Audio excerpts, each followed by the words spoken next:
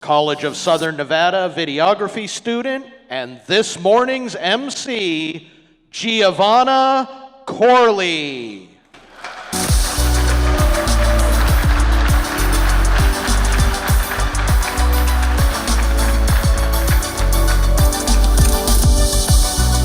Good morning, everyone. Welcome to the 2022-2023 academic year. For those who have been away for the summer, welcome back. We certainly hope that you have gotten the rest you needed and recharged and are ready for everything that this year has in store. I am truly excited and honored to be hosting this event today. As was said, my name is Giovanna Corley, and I am a student here at CSN studying video production. As a student, I truly appreciate everything that all of you have done for us. The faculty and staff of College of Southern Nevada are truly dedicated and students first focused. And I appreciate how difficult of a job you guys have trying to assist over 30,000 people per semester to find right classes and get the assistance and learn that we need to achieve, succeed, and prosper. The work you do does not go unnoticed, and me and my fellow students are thankful for everything that you do to make our lives easier. Thanks for your hard work and for being here this morning. This morning's program is filled with information, entertainment, and opportunities to connect again as the faculty and staff of the college. Before we begin, I want to thank Regent Vice Chair Amy Carvalho and Regent Donald Salvanti McMichael Sr., who are with us today, as well as Acting Chancellor Dale Archiaga, who will be speaking with us shortly. So now, without further ado, I would like to bring Daniel Clark, representing Classified Counsel, to the stage to lead us in the Pledge of Allegiance, followed by Dr. Sherry Lindsay, who will be singing the national anthem.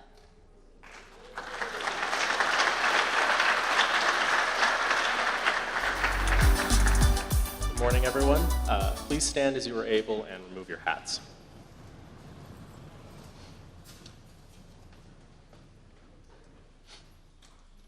I pledge allegiance to the flag of the United States of America and to the republic for which it stands, one nation, under God, indivisible, with liberty and justice for all.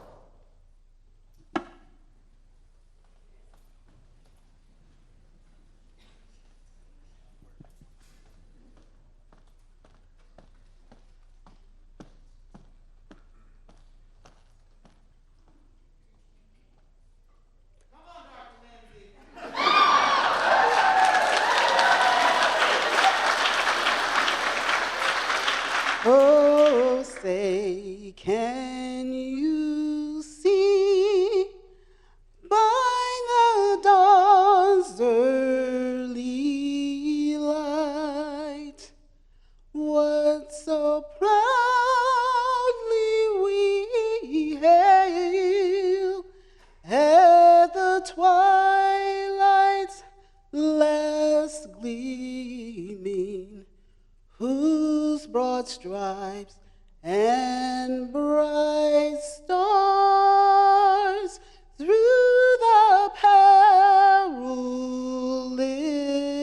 fight o'er the ramparts we watched were so gallantly streaming. And the rockets' regular, the bombs bursting in air, gave proof through the night that our flag was still there. Oh, say does that star-spangled banner yet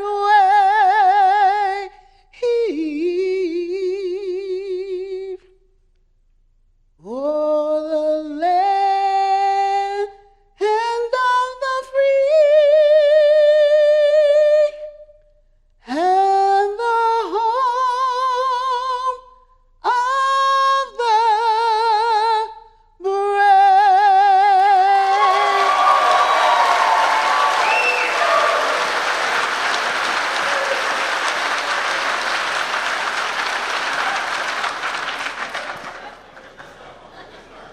Ladies and gentlemen, representing the Administrative Faculty Alliance, Nancy Webb, and the Nevada Faculty Alliance, Ted Shattuck.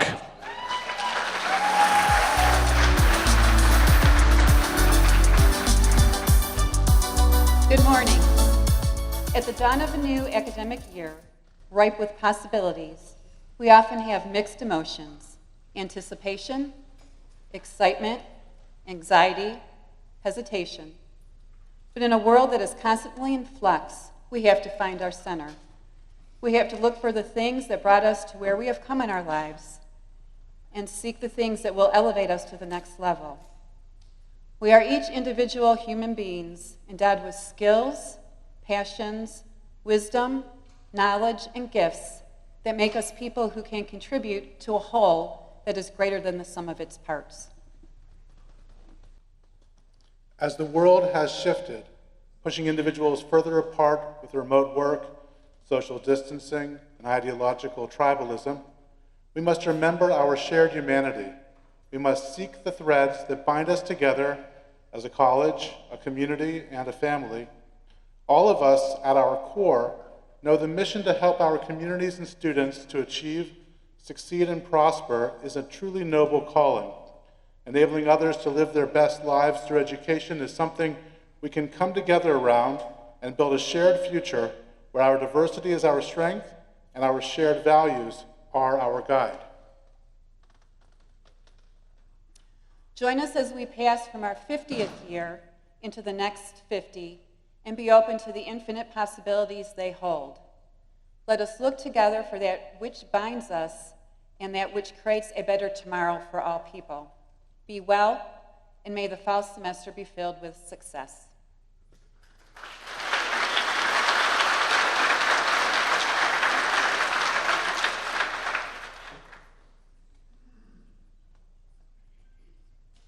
Thank you, Nancy and Ted. These are inspiring words to begin this academic year and next chapter for CSN as we enter into our second 50 years in existence.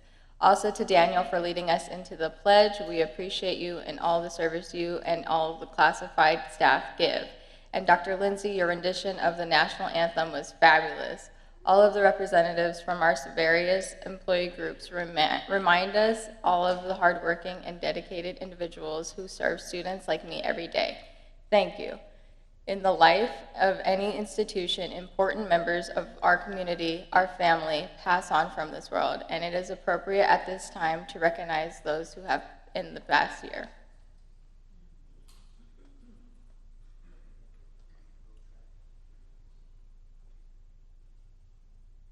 Barbara Agonia. Marie Teresa Gordeau. Joanne Henry. Leanne Swayze.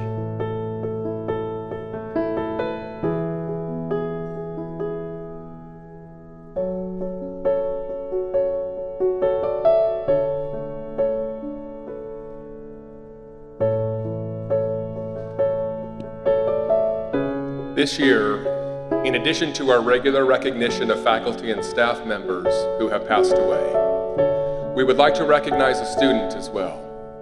With a school of our size and the broad reach that we have, we unfortunately often have students who pass away during their educational journeys with us.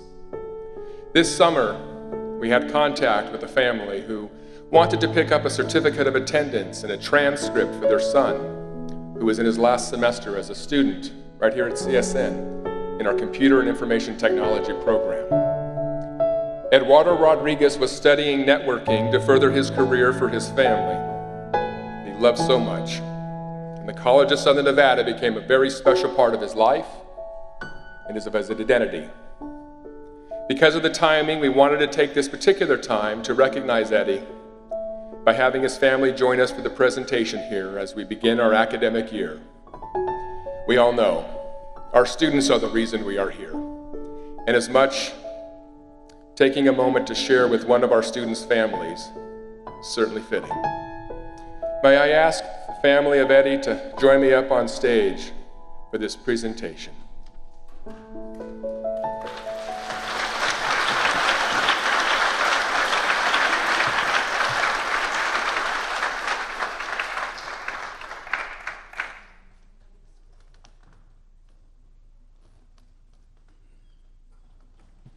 And I'll ask our department chair for the CIT department, Nasser, to come forward, please, and our faculty senate chair, Tracy Sherman, to join us for this photo.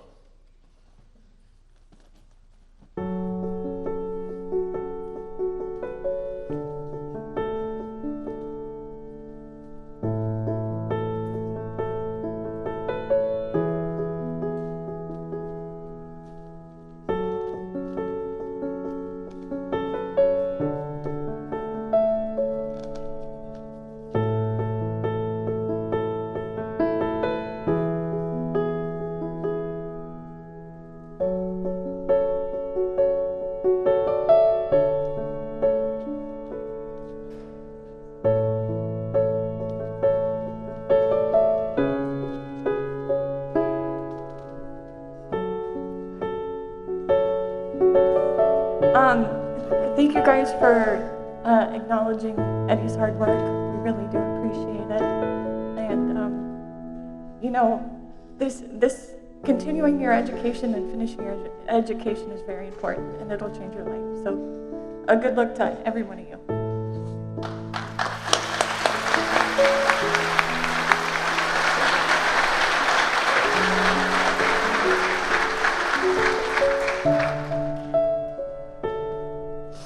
Thank you, everybody, for what you have done for my son. I just wish my son was here to get it. Thank you.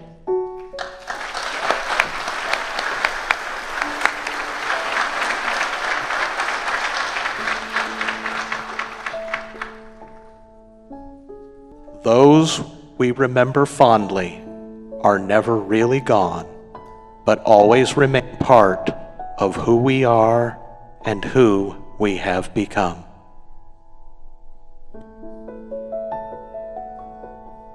Another way that we can highlight our students is through the talents that they have and refine at our college. Many of you are aware that CSN boasts one of, if not the best mariachi program in the country. To help us find our groove for the new semester, I want to welcome Mariachi Plata.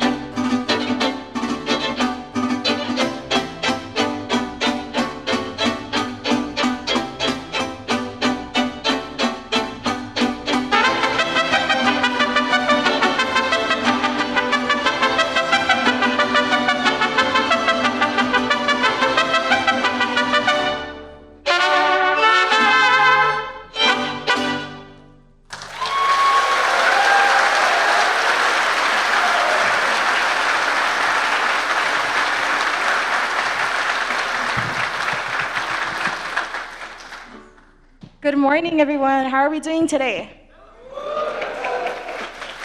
So us mariachis, we work on vocal exercises. So once again, how are we doing today? There we go. That sounded way better. Alrighty, we are Mariachi Plata. We are your Mariachi Plata from College of Southern Nevada. We are so excited to be here, so excited to start this semester. Thank you so much for allowing us to play for you. And with this next song, we start with our trumpets. So.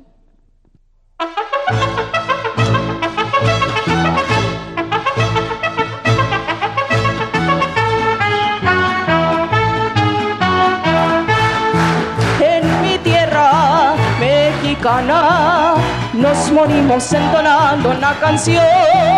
Los rebozos son cananas de las balas al rugido del cañón, con el clarín que tocará el himno de la libertad.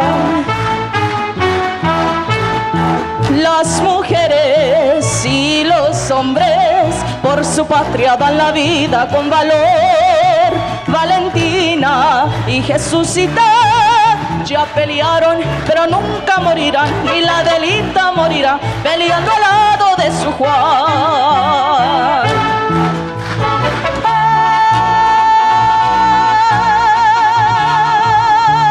Ay, yo me muero donde quiera. En la raya, en la primera, yo me juego el corazón.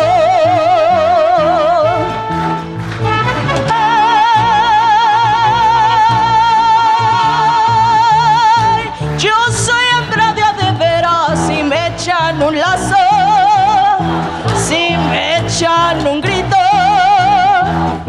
allí en la trinchera, me muero de veras por mi pabellón.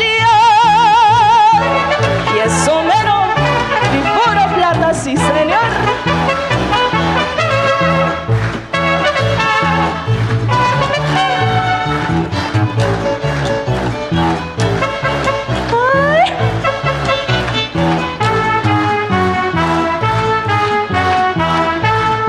Las mujeres y los hombres por su patria dan la vida con valor. Valentina y Jesucita ya pelearon, pero nunca morirán, ni la Delita morirá peleando al lado de su Juan.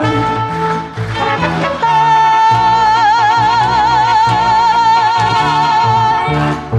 yo me muero donde quiera. En la raya, en la primera, yo me juego el corazón.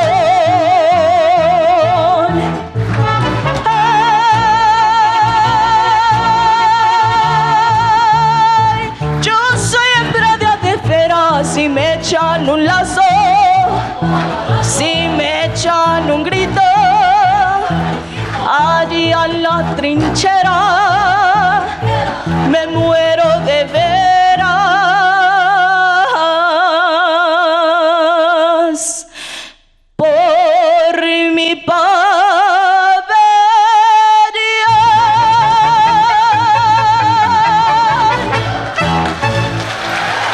Thank you. Muchas gracias.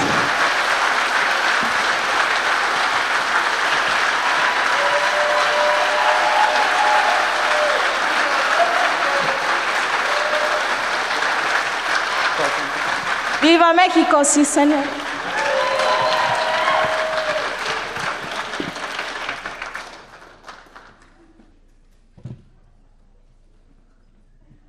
The College of Southern Nevada is part of a larger system of higher education called the Nevada System of Higher Education, and she creates the direction for the state's higher education landscape.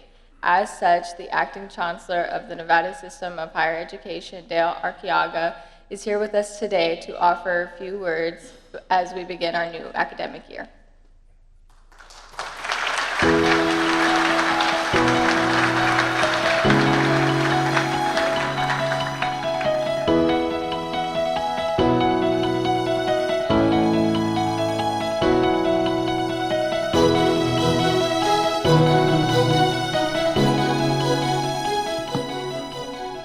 Good morning.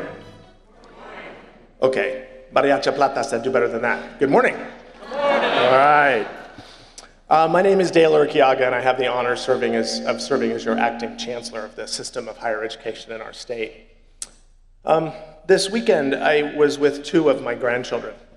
My grandson Ignatius is turning 3 in a few days, and his little brother Tobias will be 1 just a couple days after that. And as it happens almost any time that I am with my grandchildren, and I have 5 with a 6th on the way, the weekend caused me to reflect on my life and how fortunate I am to be serving for these months as your acting chancellor, but most importantly, the role education played in getting me to this stage. I don't really have the words to adequately describe how important education is to individual economic mobility, or how important each of you are to the future of our state. I think we saw that this morning with Mr. Rodriguez's family coming to this stage. I don't have the words, but a few weeks ago I finished a book called West with Giraffes. If any of you have read it, it's a great historical novel, but there's a quote in this book that really stuck with me as I'm at this place in my life, and I want to share it with you this morning. In a long life, there is a singular moment when you know you've made more memories than any new ones you'll ever make. That's the moment your truest stories, the ones that made you the you that you became, are ever more in the front of your mind as you begin to reach back for the you that you deemed best. That is my hope for you, as our faculty and staff here at CSN, and for all of our students, which is expected to be a number well over 100,000 system-wide again this year in the state of Nevada. I hope that in this academic year, you make the memories that will represent the best you can be, so that when you and your students reach back for those moments of reflection, you will know that in this part of your life, you made a difference. On behalf of my team at the System Administration Offices, thank you for what you've done over the last 50 years, what you're going to do in the next 50. We're here to help you, and I know that the Board of Regents, 2 of my bosses, are here today. I know that all the regents support you in that as well and appreciate your work. My special thanks to President Zaragoza for having me here this morning. Thank you to his team for this event. Have a great year. Go make some great memories. Thank you.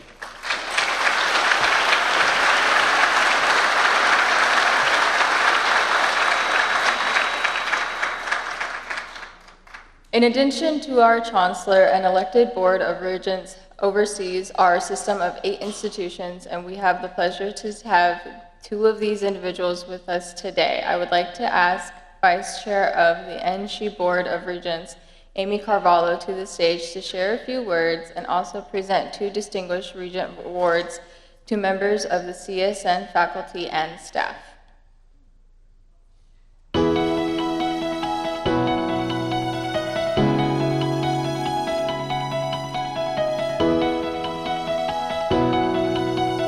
Good morning, CSN. How is everybody today? Great. It's always a distinct honor for me to stand before you all. I have always been extremely proud of my status as a College of Southern Nevada graduate. I want to thank Giovanna, on this campus. I want to thank Giovanna for introducing me. Who knows, one day you too might be a regent up here giving remarks to our faculty and staff as they return to campus for a new academic year. On behalf of the entire Nevada system of higher education, I want to welcome you all to the new semester. We know how hard all of you work on putting our students first and fulfilling the CSN mission to help our students and communities to achieve, succeed, and prosper. It has become cliche to say that the last couple of years has been difficult, but it's also important to not forget the challenges that we have all overcome. Our students, communities, and the entire state of Nevada have benefited from your grit, creativity, and dedication to higher education, and I thank you for that.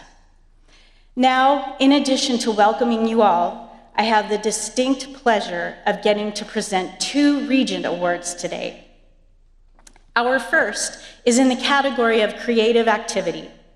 This awardee is an e-learning librarian here at the college who has chaired the CSN Women's Alliance, presented at the NSHE Southern Nevada Diversity Summit, co-authored a book on practical marketing for the academic library, and has published an award-winning short story among many of her impressive accomplishments.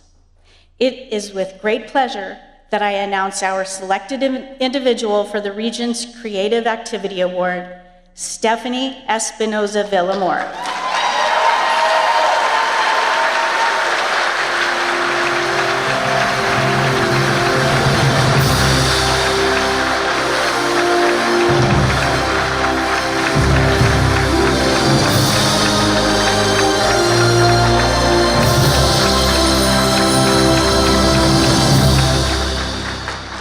Congratulations, Stephanie.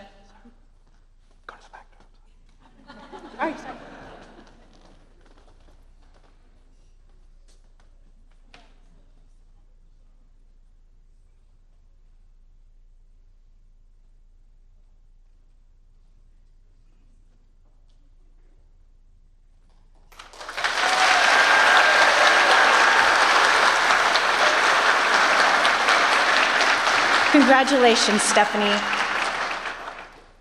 Our next awardee is for Distinguished Classified Employee. This individual has been working for over 6 years at the college in both the physical and biological science departments as staff research associate 2, and also works as an adjunct faculty teaching biology. What strikes me most about this individual is that his nomination, it was clear that his character was what made him most important with this nomination. His respect, work ethic, and sense of humor were among the characteristics shared. In today's world, all of these things seem to be in very short supply. That is why I am pleased to announce our selected person for Distinguished Classified Employee of the Year is Douglas Walton.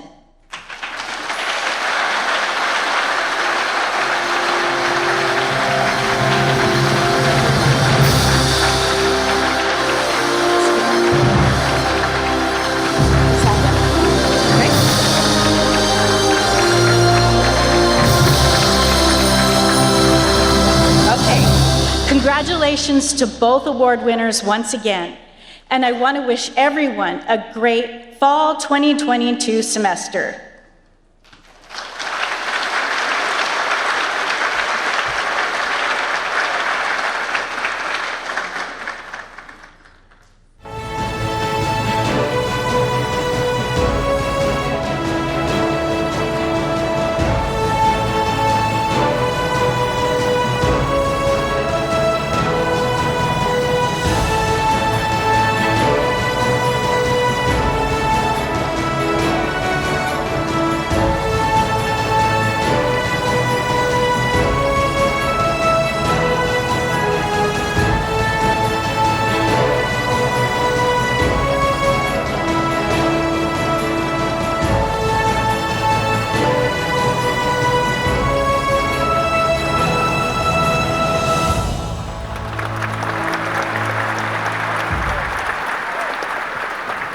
Wow, that event looks amazing. I certainly hope that many of you will join us. It will certainly be a great time and a real opportunity to celebrate the rich history and incredible potential for the future of the college.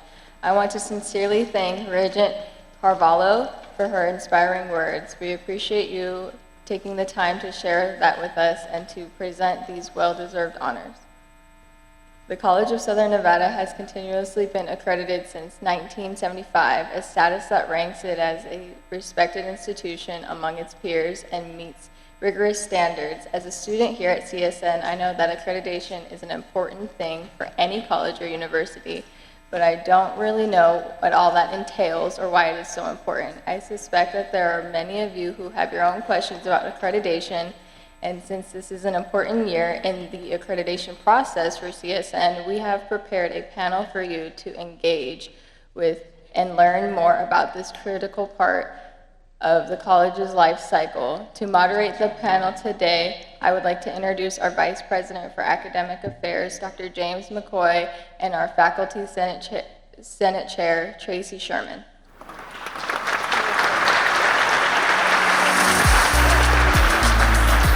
It is so good to see you all. How you doing? Good to be with you, Tracy. Yeah, good to James. So we've been waiting for this moment. We've been talking about our Northwest Side accreditation visit. The team for the last year and a half have been working very steadfastly in developing our self-study. And so today, I'm pleased to join you, Tracy, as we have the opportunity to co-moderate over the next 20 minutes or so, dialoguing with a panel of experts on what we might expect and anticipate for our upcoming accreditation site visit by the Northwest Commission on Colleges and Universities. And so before we get to our panel, we thought we might want to make sure that everybody is aware of who the NWCCU is and what the purpose of their visit will be this October. So, what might be on your mind, especially if you're new to CSN? Who is the Northwest Commission on the College and Universities? We refer to them as NWCCU. So the Northwest Commission on Colleges and Universities is recognized by the United States Department of Education and the Council on Higher Education to accredit post-secondary institutions just like CSN. The Northwest accredits institutions of higher ed in Alaska and in Idaho, Montana, of course Nevada, Oregon, Utah, Washington, and the British Columbia. The NWCCU recognizes higher education institutions for things like performance, integrity, quality, to merit the confidence of the educational community and the public that we serve. So our accreditation of post-secondary institutions is a voluntary, non-governmental, self-regulatory process of essentially quality assurance and institutional improvement. One of the questions that has come up over the summer with a couple of folks is, what is the purpose of a 7-year reaffirmation site visit, and why do Northwest accrediting folks send peer evaluators? So accreditation is not granted permanently, I think most of us knew this, and not for a definitive number of years. In fact, it's an ongoing status that must be reaffirmed periodically. And so every institution must conduct a self-study and be visited by an evaluation committee at least every 7 years. And in addition, each institution must prepare a mid-cycle self-evaluation report. This usually comes in about the 3rd year following a comprehensive evaluation. And during that time, we're visited by a team of 2 evaluators. Now, CSN had our mid-cycle experience with the NWCCU in 2018. And now it is time for our accreditation reaffirmation visit. So today, we're really excited, Tracy and I are, to have invited 3 experts to join us for this panel discussion. They will take us through their experiences serving as peer evaluators for the institutions who are accredited by the Northwest Commission. And our Faculty Senate Chair, Tracy Sherman, will introduce our 3 panelists now. Tracy? My pleasure, James. First up, we have Dr. Dan Bubb. Dr. Bubb received his master's in history from UNLV and his interdisciplinary PhD in history and political science from the University of Missouri, Kansas City. He is a former commercial pilot who has published articles on commercial aviation and airport histories. Aside from teaching, Dan has been heavily involved in academic assessment, having served as college chair of Missouri Valley College, coordinator at Gonzaga University, and director at UNLV. He has participated in numerous reaccreditation team site visits to peer institutions, and as a representative of the Northwest the Northwest Commission on Colleges and Universities. Currently, Dan is an associate professor in residence at the Honors College at UNLV. He serves on UNLV's assessment committee and is an assessment ambassador to colleges and departments. Thank you for joining us, Dan.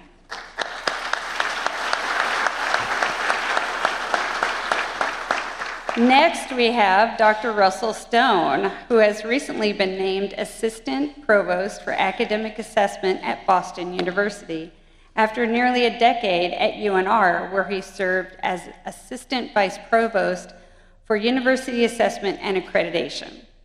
During his time at UNR, Russell oversaw several assessment initiatives supporting student learning and success, where he designed an assessment model for UNR's revision of its general education curriculum and led their successful application for the Carnegie Community Engagement Classification in 2020. As Accreditation Liaison Officer for UNR, he collaborated with NWCCU in a variety of roles. He has chaired mid-cycle accreditation visits, he served as Mission Fulfillment Fellow, and participated in the Commission's inaugural Student Success Academy. His research on general education reform has been published most recently in the Journal of General Education. I'm glad you made it here.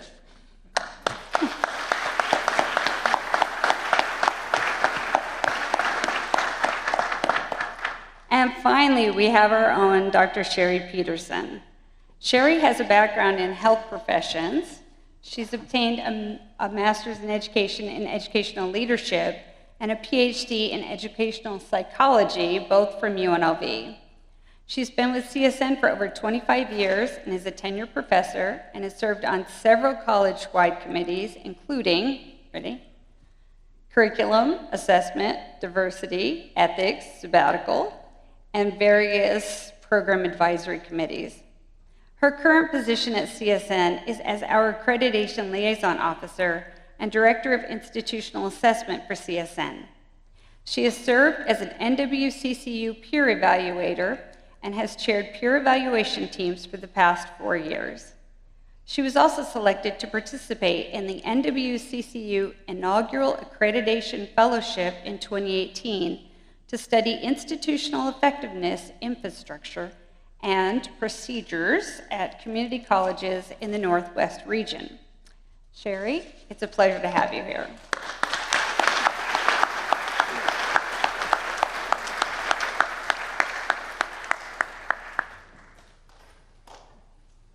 Thank you for being here this morning with us. This first question, we're going to jump right in. You feel like you're in the hot seat, Dr. Stone? A little bit more?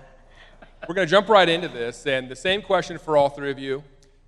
What specifically would you like to share about your experiences and how you got into this business of being a Northwest peer evaluator? And we'll start with Dr. Bubb and work our way down. All right, thanks. First of all, thank you for having me today. Really glad to be here. I think what really kind of piqued my interest in accreditation academic assessment was how I could improve as a teacher. What I could learn by changing my teaching pedagogies, how I could change the structure of my classes to more intellectually challenge my students and to try to get them to be more engaged in the classes. So I think that was really my big draw. Thank you. I would agree with what Dr. Bubb just said, that it was more of an interest in finding out whether or not my students were actually learning, if what I had prepared was actually making the mark and actually helping the students to be able to demonstrate what they actually needed to. I was interested in accreditation mainly because I came from a health profession that had specialized accreditation, and I became familiar with that process and really understanding the importance of having quality and striving for that quality in the programming that we offered. Sure. Thank you again for having me here today. It's a real pleasure. I would say what drew me to accreditation, and really what also I found to be the most valuable aspect of my time in accreditation, is that in this part of the country, accreditation truly is a model of peer review. I knew that UNR, where I was, did not exist in isolation. Our students, our faculty, they were facing the same issues and challenges, raising the same questions as students from Alaska all the way down here to Las Vegas. That's the great historical expanse. And over the years, it has proven to be the case that we learn so much from each other and that it really is a great network of peers across our region.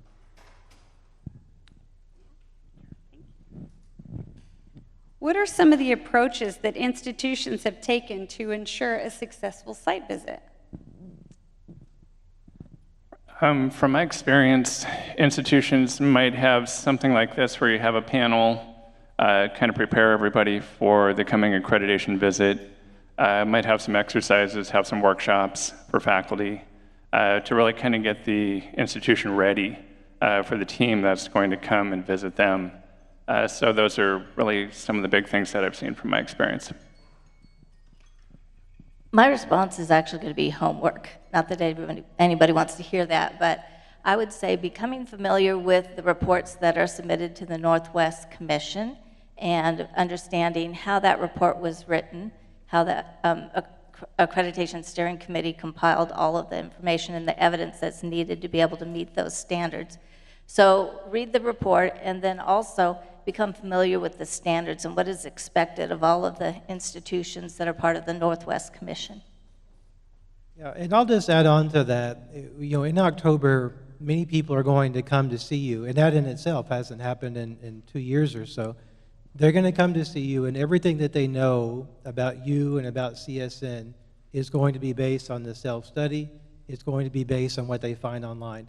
I have always found that if you have broad representation in the meetings, everyone who comes into a meeting is going to have some other aspect of your story to tell.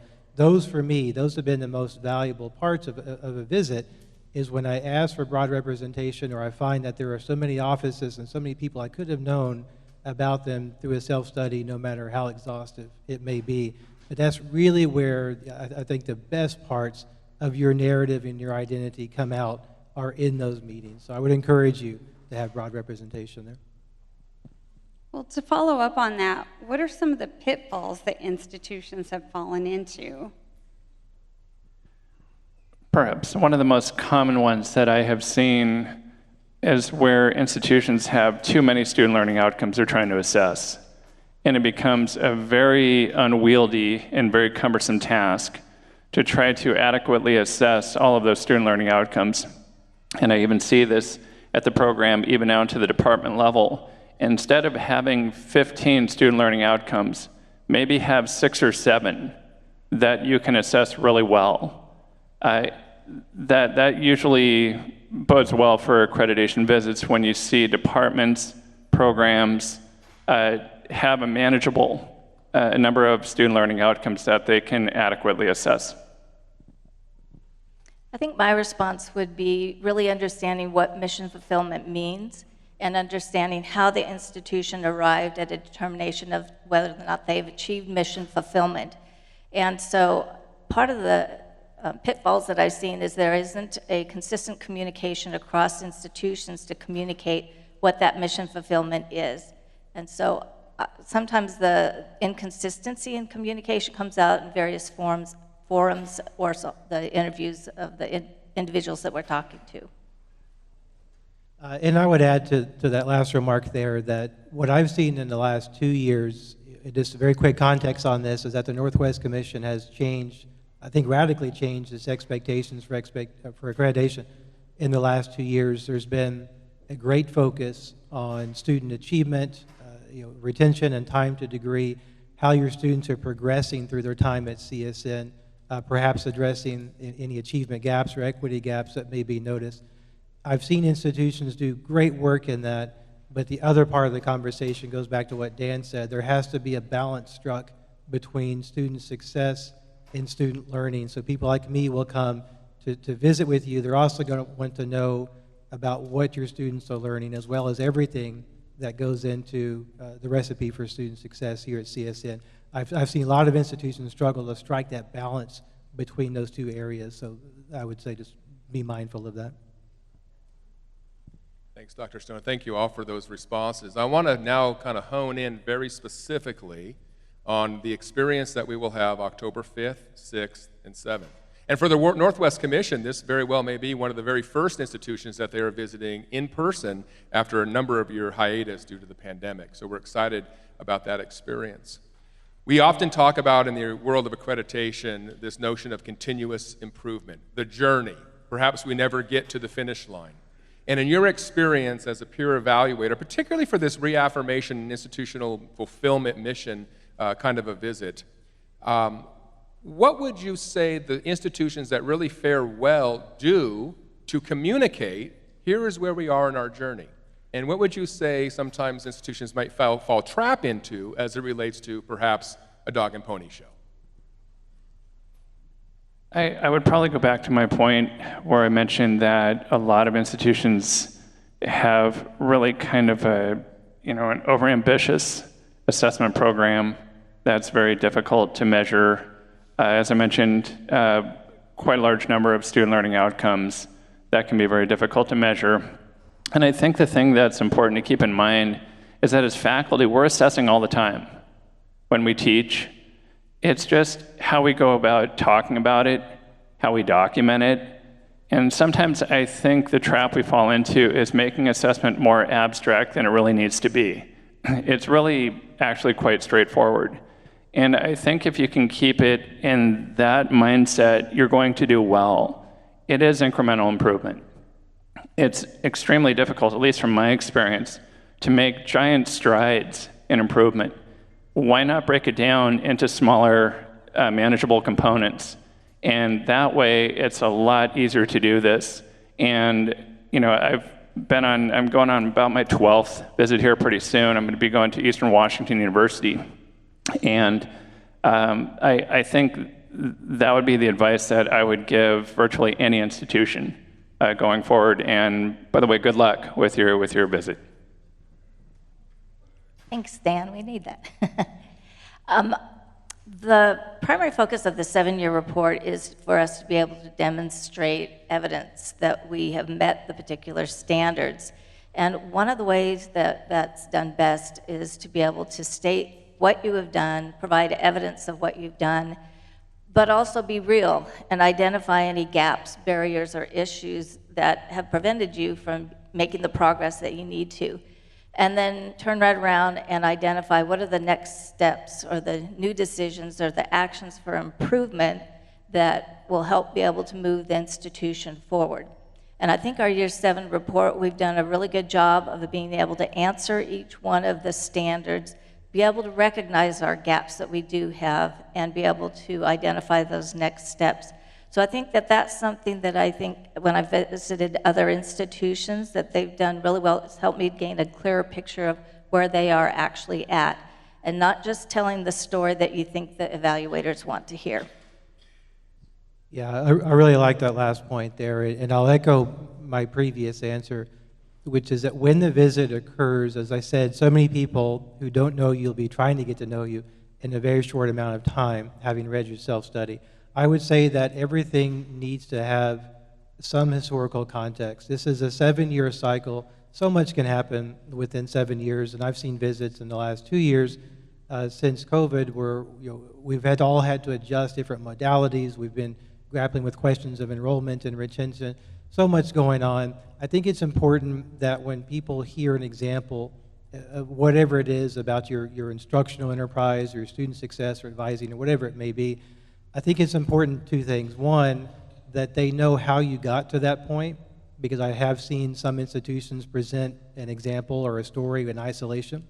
But I think it's also important for people like us to go in and to read what our predecessors wrote about and what they engaged with, because it is very important for both sides, for you and for the evaluator, to appreciate what's come out of the cycle to date. And so I really would encourage you to have that conversation, that dialogue with the evaluators to ensure that they know what has happened to you as an institution over the last few years, but also let them know, if they don't bring it up already, what has happened with the previous evaluations in the cycle, because we do have to have that continuity. And then sometimes we do have to bring it to the fore, but it's important that it's there. Thank you for that. I think, Tracy, we have time for one more question, and so I'm going to summarize this question as best I can, based on the responses that you have provided this morning. We've oftentimes heard, many times in fact, that accreditation is everybody's business. You may not be the ALO at the institution, you may not be in that department over there that manages the logistics of assessment, but at the end of the day, every day, accreditation is everybody's business. And so when we think about October 5th, 6th, and 7th, and our time in preparing for that, if I'm a student, if I'm a faculty member, I'm a staff member, I'm an executive leader at this institution, I'm a key stakeholder leadership role, I have a unique role. each of us do in this site visit coming up. Can you give us just a bird's eye view, peek behind the curtain, on what that site visit's going to look like, and how I, as any one of these stakeholders that I just mentioned, might anticipate participating during that visit? So just to give you a quick overview of what happens. So what happens is the Northwest Commission contacts some of us, and they invite us to be part of an accreditation visit. And then about 6 weeks before our actual visit, we get the self-study. Now, the nice thing that's happened is the commission has streamlined its standards, because we used to get 700, 800, 900-page self-studies, and now they're down to about 150 or 200 pages. Still a lot, but a lot less reading, which is really nice. And so that gives us a pretty good insight as to where the university is, and then we have to plan the groups with whom we want to meet. Faculty Senate, assessment committee, whatever the different groups may be. And so we'll go ahead and contact the liaison at the college or university to try to set up those meetings. And the days are pretty full for us. Not only do we meet with the committees, but we're also writing the report in the evening at our hotel rooms. So the idea is by the time we leave, a rough draft of our report has already been written. So it's a very full day from the very beginning of the morning until pretty late at night, until we get on our plane to fly home. So I would say in preparation for it, think about questions that you have for the visitors that you would like to ask them. We try to engage in very calm dialogue with everybody. We're not looking to ask any gotcha questions, as I call them. It's a pretty straightforward and collegial dialogue that takes place. And at the end of the day, our purpose of being there is to help the college or university. We really, truly do want to help you. We don't want to play the bad cop and say gotcha. So that's why, and I like the way the commission has set this up. It is collegial. I mean, that's the operative word in this whole thing. It's voluntary. We don't get paid any extra money to do it. We do it purely out of love for service and for the collegiality of all being faculty, administrators, and staff. So that's pretty much what I would expect. I would agree with Dan in that the focus is that this is a peer evaluation, and the individuals that are selected as evaluators have various expertise, one based on the type of report and visit that they're going to be looking at. And I think that the main thing the evaluators will do is a lot of homework ahead of time, reading the report and then looking for the answers that they need within that report. Hopefully they've found as many as possible.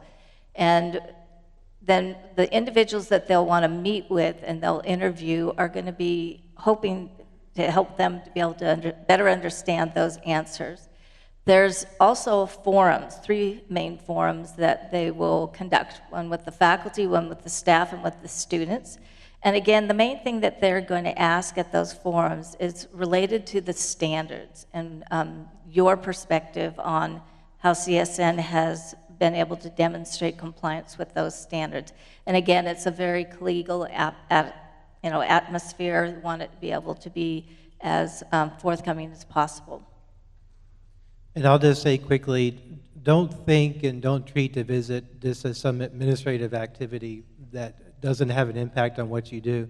I believe wholeheartedly, and I hope you believe me in turn, that the Commission's bottom line is the success of institutions, and particularly the success of students within those institutions. So in addition to the forums, I would encourage you to go to those. I would also say to those of you who represent student-facing offices, whatever it may be, do be prepared to be called into a meeting, potentially on short notice. I tried to give it a week or so, but sometimes logistically this is not possible. And if you are called into a meeting, as I said at the beginning, please just review quickly the self-study so you can at least know where the conversation is going. And then I'll just echo my colleagues here. Treat it as a conversation, as a dialogue. Always ask questions. To me, that's the most rewarding part, is when I'm not sitting there asking questions and then passively waiting for an answer. Really make it a conversation. We love getting to know about you and about other institutions, so treat it as that opportunity. Thank you for that. So, the 3 days, October what? 5th, 6th, 7th. Please mark it in your calendars. No doubt we want everyone's involvement and everyone engaged in the conversation with the peer evaluators. And in the meantime, we'd like for you to take a look at the self-study that many of you in this room helped to inform over the last several months. And as you're reading that self-study, by the way, you can find it on CSN's accreditation website, csn.edu/accreditation. And as you're reading that study, jot down questions, jot down notes, and certainly reach out to anyone on the team. The team that helped prepare that self-study is published at the front end of that, so you know exactly who put the pen to the pad. And of course, Dr. Peterson, as our accreditation liaison officer, will be standing by in the next several weeks to help anticipate any questions that you may have as well. So with that, I want to give a heartfelt CSN thank you to Dr. Bubb, to Dr. Peterson, and to Dr. Stone. Tracy, it's been a pleasure co-moderating with you. Let's give this panel a round of applause. Thank you so much.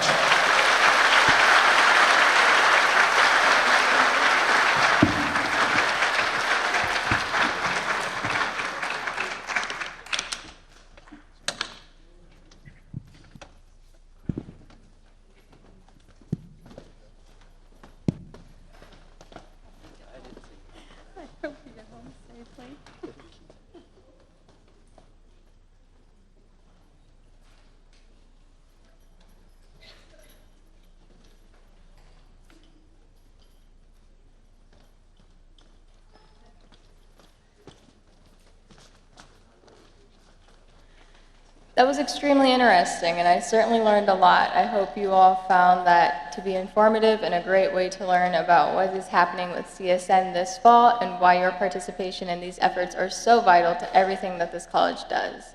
As a student, having someone who has the ear of the administration and speaks on the behalf of all of us is absolutely critical.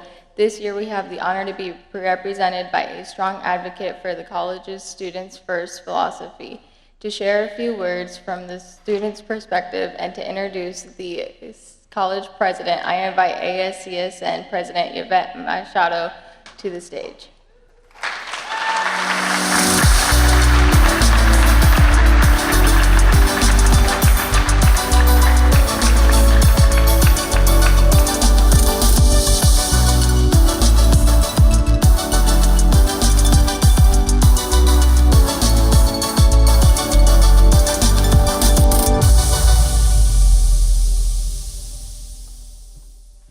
Good morning, my name is Yvette Machado and my pronouns are she, her, ella, and I am student body president at the College of Southern Nevada.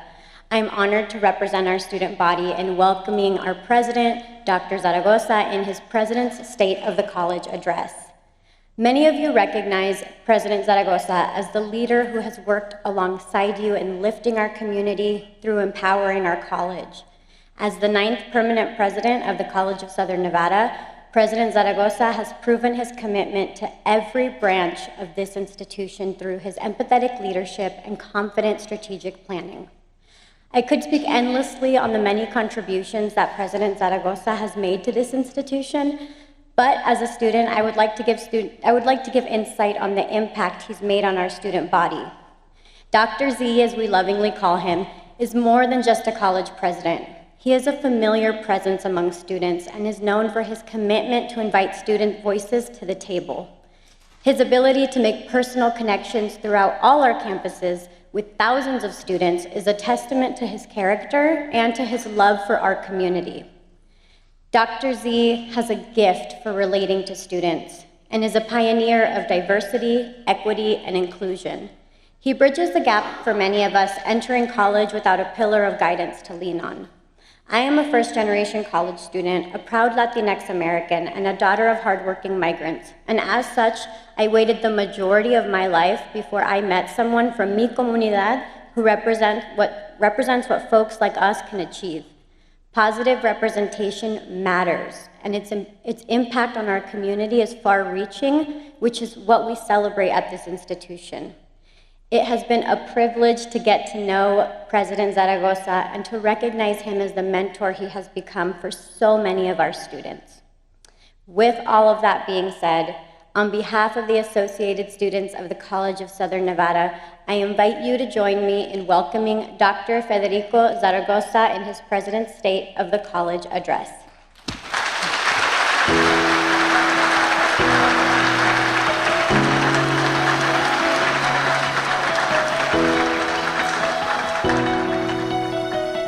Thank you, Yvette, for that wonderful introduction.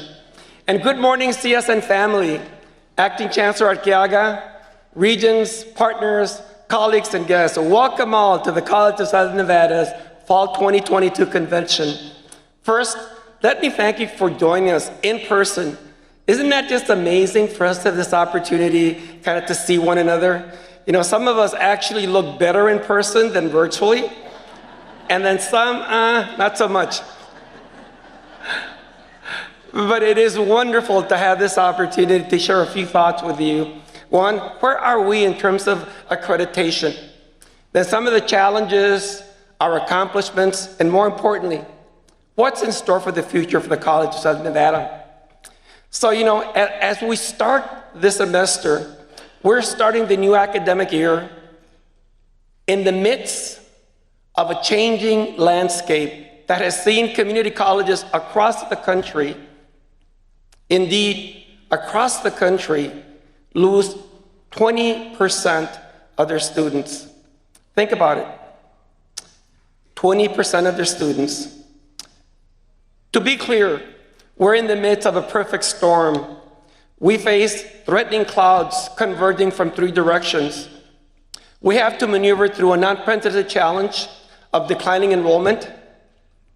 We anticipate acute budget cuts, and we're facing an uncertain climate of economic, social, and political environments. And while I acknowledge that these challenges are real, they are serious and indeed unprecedented, I want to assure you that the state of CSN is strong and that our future is bright. By the end of my remarks, I'm sure that you'll understand why I'm so optimistic about the College of Southern Nevada. In fact, let's start now by reviewing some of this year's highlights. Video, please.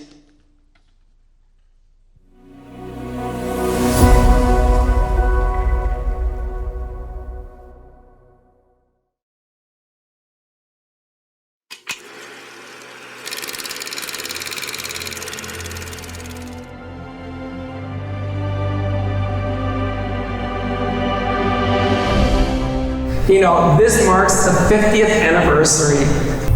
I deeply appreciate the sacrifices that you have been making to keep moving us forward. And here we are, CSN strong and CSN ready to emerge from these difficult times stronger than ever. Helping college students succeed during the pandemic is one of the main goals over at CSN.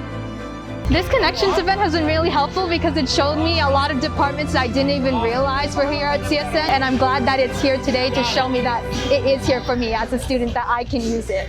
50 years ago, the College of Southern Nevada started off as Clark County Community College. A time capsule was placed inside the wall of the building. Tonight was an amazing evening. I think the community came together. It's a combination of our community, it's a combination of our leadership, our faculty, our staff, and we all made it happen. It's the first schedule from 1971. It's an honor for me to award on the behalf of the Foreign Ministry of Mexico the National Athlete to our distinguished friend and ally, Dr. Zaragoza.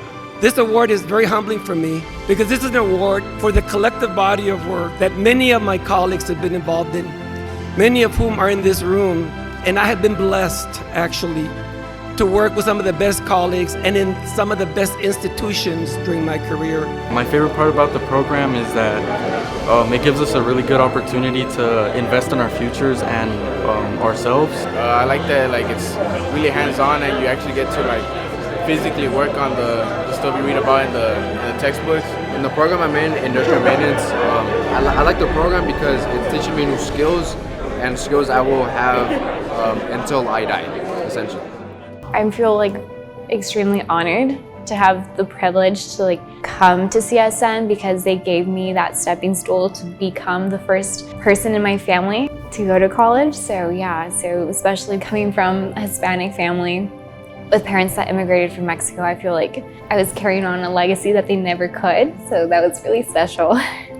Dr. Sims and his team from the College of Southern Nevada are pulling out what we're putting in. It's important to look at what's going into the natural environment because what we do as people is going to affect the wider environment or the food web. Sims says this grant-funded research shows the bigger picture. CSN is kind of that place where the culture is, it's okay if you don't have it all figured out yet. Let's try to figure it out together.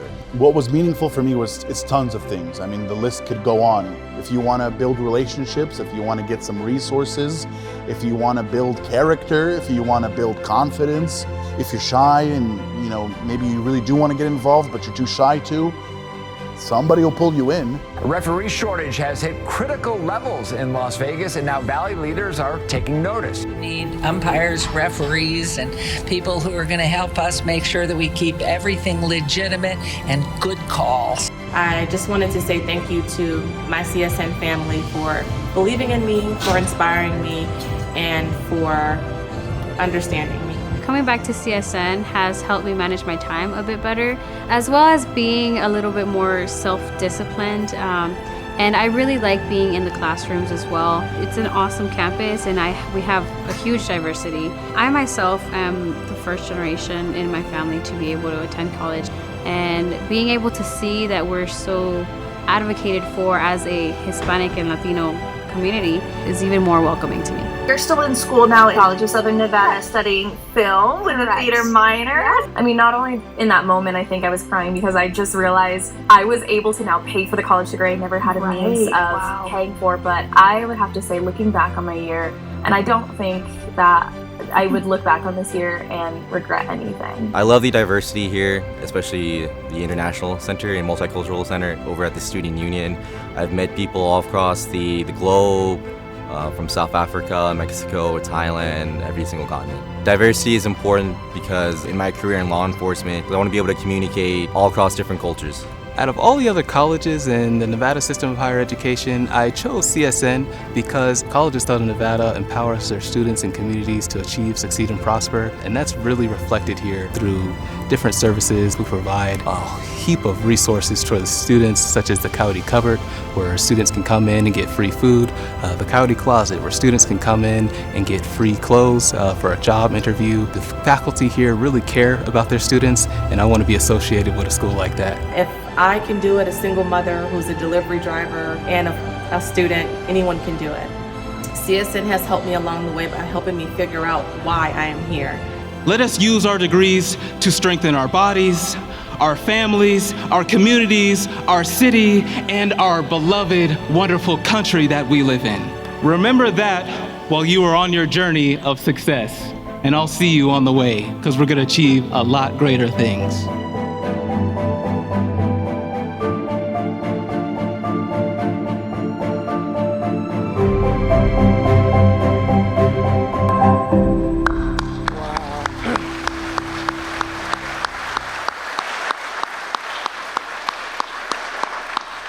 Yeah, Zachary just hit it right on the spot. So before I continue with my remarks, I want to express my heartfelt appreciations to Gia. She is the first mistress of ceremony at a CSN Convocation event. Also, thank Yvette for being a member of the CSN cabinet. And she is the only student government representative that actually sits on the president's cabinet. You two are truly amazing. You epitomize our student-first agenda at CSN. So please give Yvette and Gia a nice round of applause.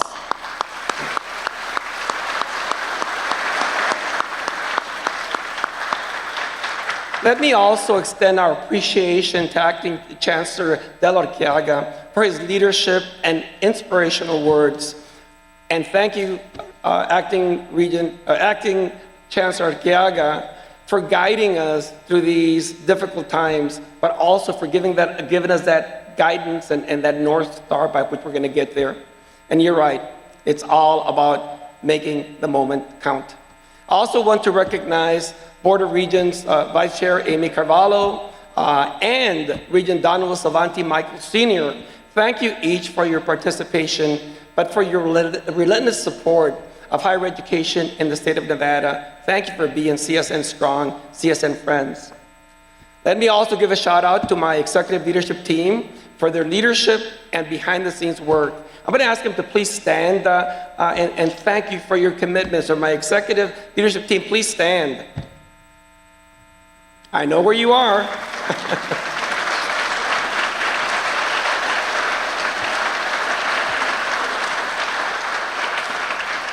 I also want to recognize our CSN stakeholder leaders. You've already heard from some of them. Yvette Machado is our CSN Student Government President.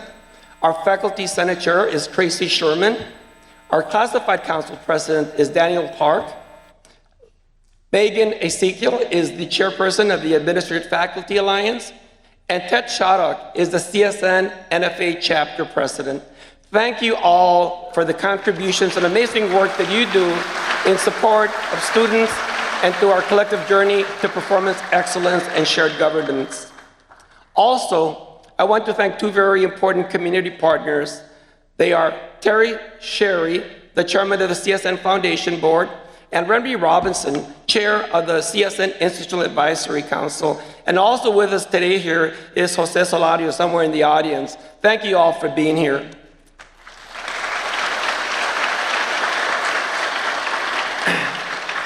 So I mentioned that I'm optimistic about our future. So let me tell you why. To tell you the truth, it starts with you. I want you to know that working in community colleges and higher education is not easy, especially in these difficult times. However, most of you are here because you have chosen a path in life that requires a commitment to public service. And you do it because you care deeply about our students and our diverse communities. That's why I admire and respect each and every person in this room, and why it is the great pride and honor of my life to serve as your president. I believe that at CSN, we're inspired by our mission. We believe in our students' ability to achieve. We believe that our work empowers and changes lives, and we cherish how our students evolve and prosper. Not just economically, but as caring and productive persons. So if you take one thing away from this convocation, let it be that the work you do in educating and serving our students in our diverse communities has never been more important. It is valued, and it is essential to the economic and social aspirations of Southern Nevada. You know, on September 10th, we will be at the Las Vegas Convention Center celebrating our 50th anniversary. And all of us should be there to celebrate the legacy of those 5 faculty members, those CSN pioneers who 50 years ago overcame lack of funding, lack of facilities, and lack of students to establish the Clark County Community College, later renamed the College of Southern Nevada. And Barbara Agonia was one of those original faculty members. And as some of you will remember, she gave our spring commencement address.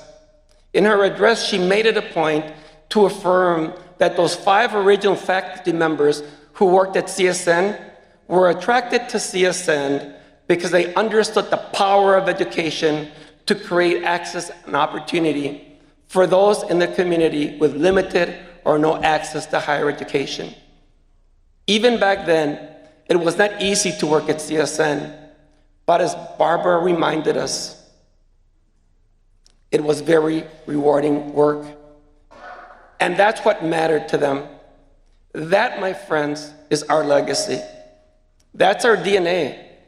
And that's what matters to us as well. That's who we are. People at CSN are here to change lives.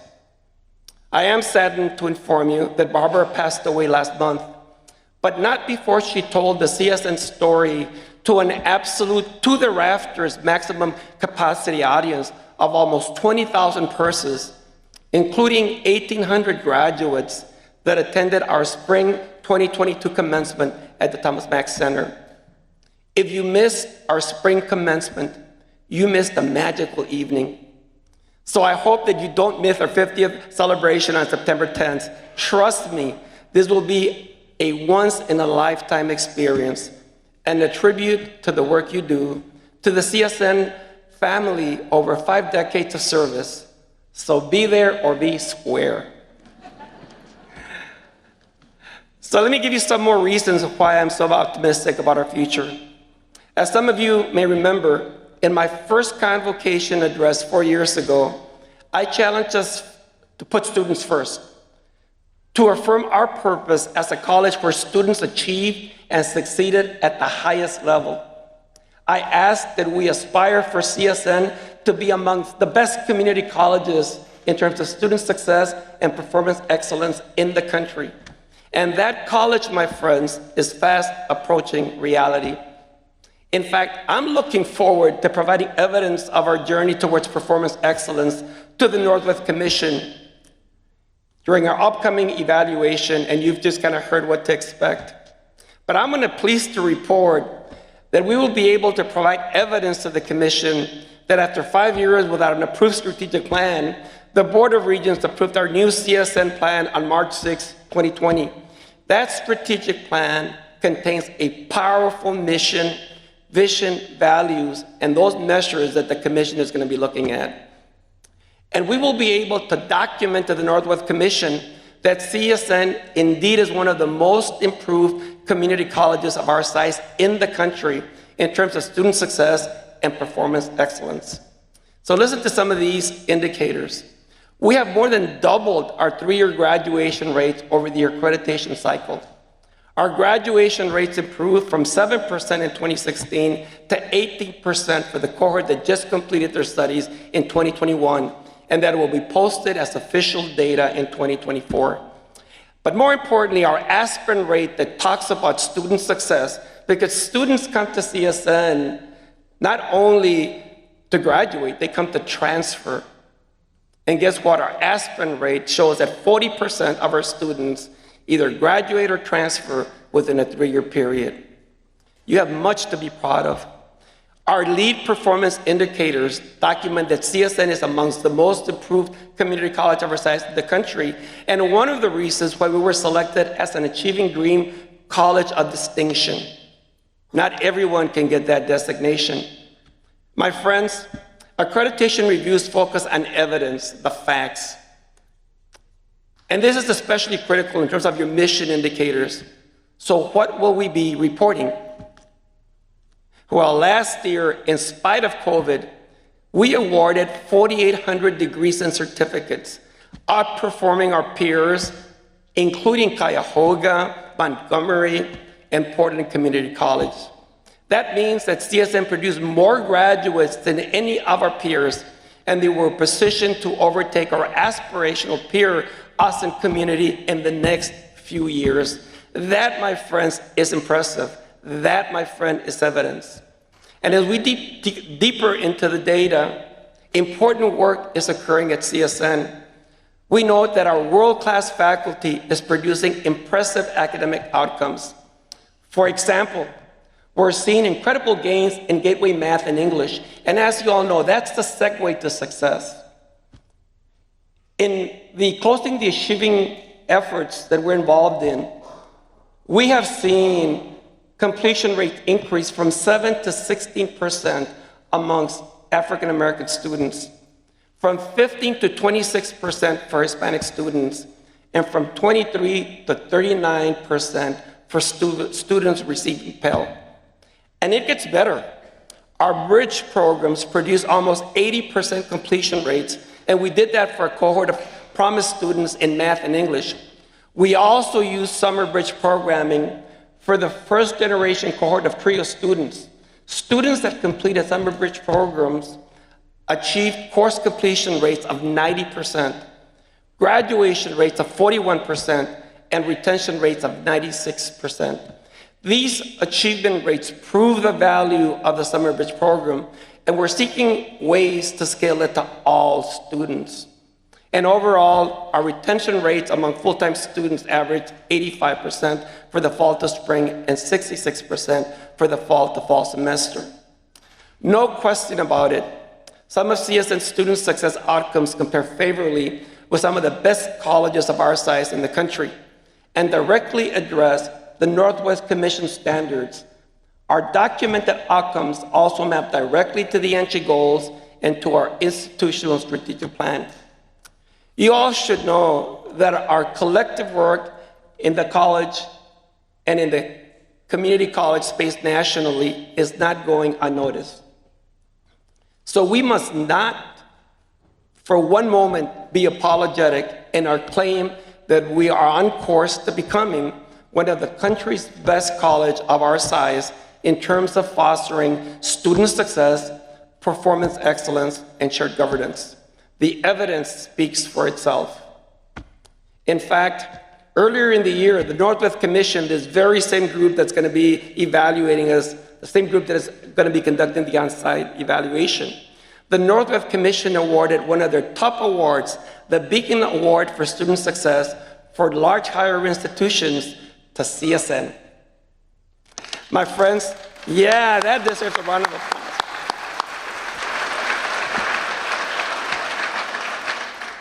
My friends, that is one of the Commission's most prestigious awards. And I've got to acknowledge Dr. Shelley Keller for embedding tutoring into many of our virtual courses and for documenting the impact that the Center of Academic Success is having on our students. Well done, Cherry. Well done, team.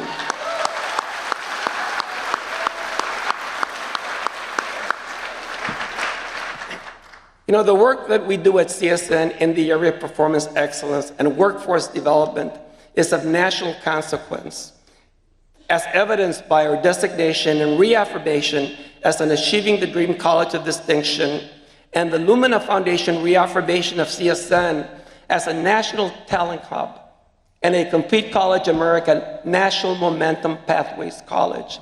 So be confident that we are ready and that we are well positioned to tell our performance excellence story of continuous improvement to the Northwest accreditation team. Now, let's review a few of the many CSN performance highlights from just last year.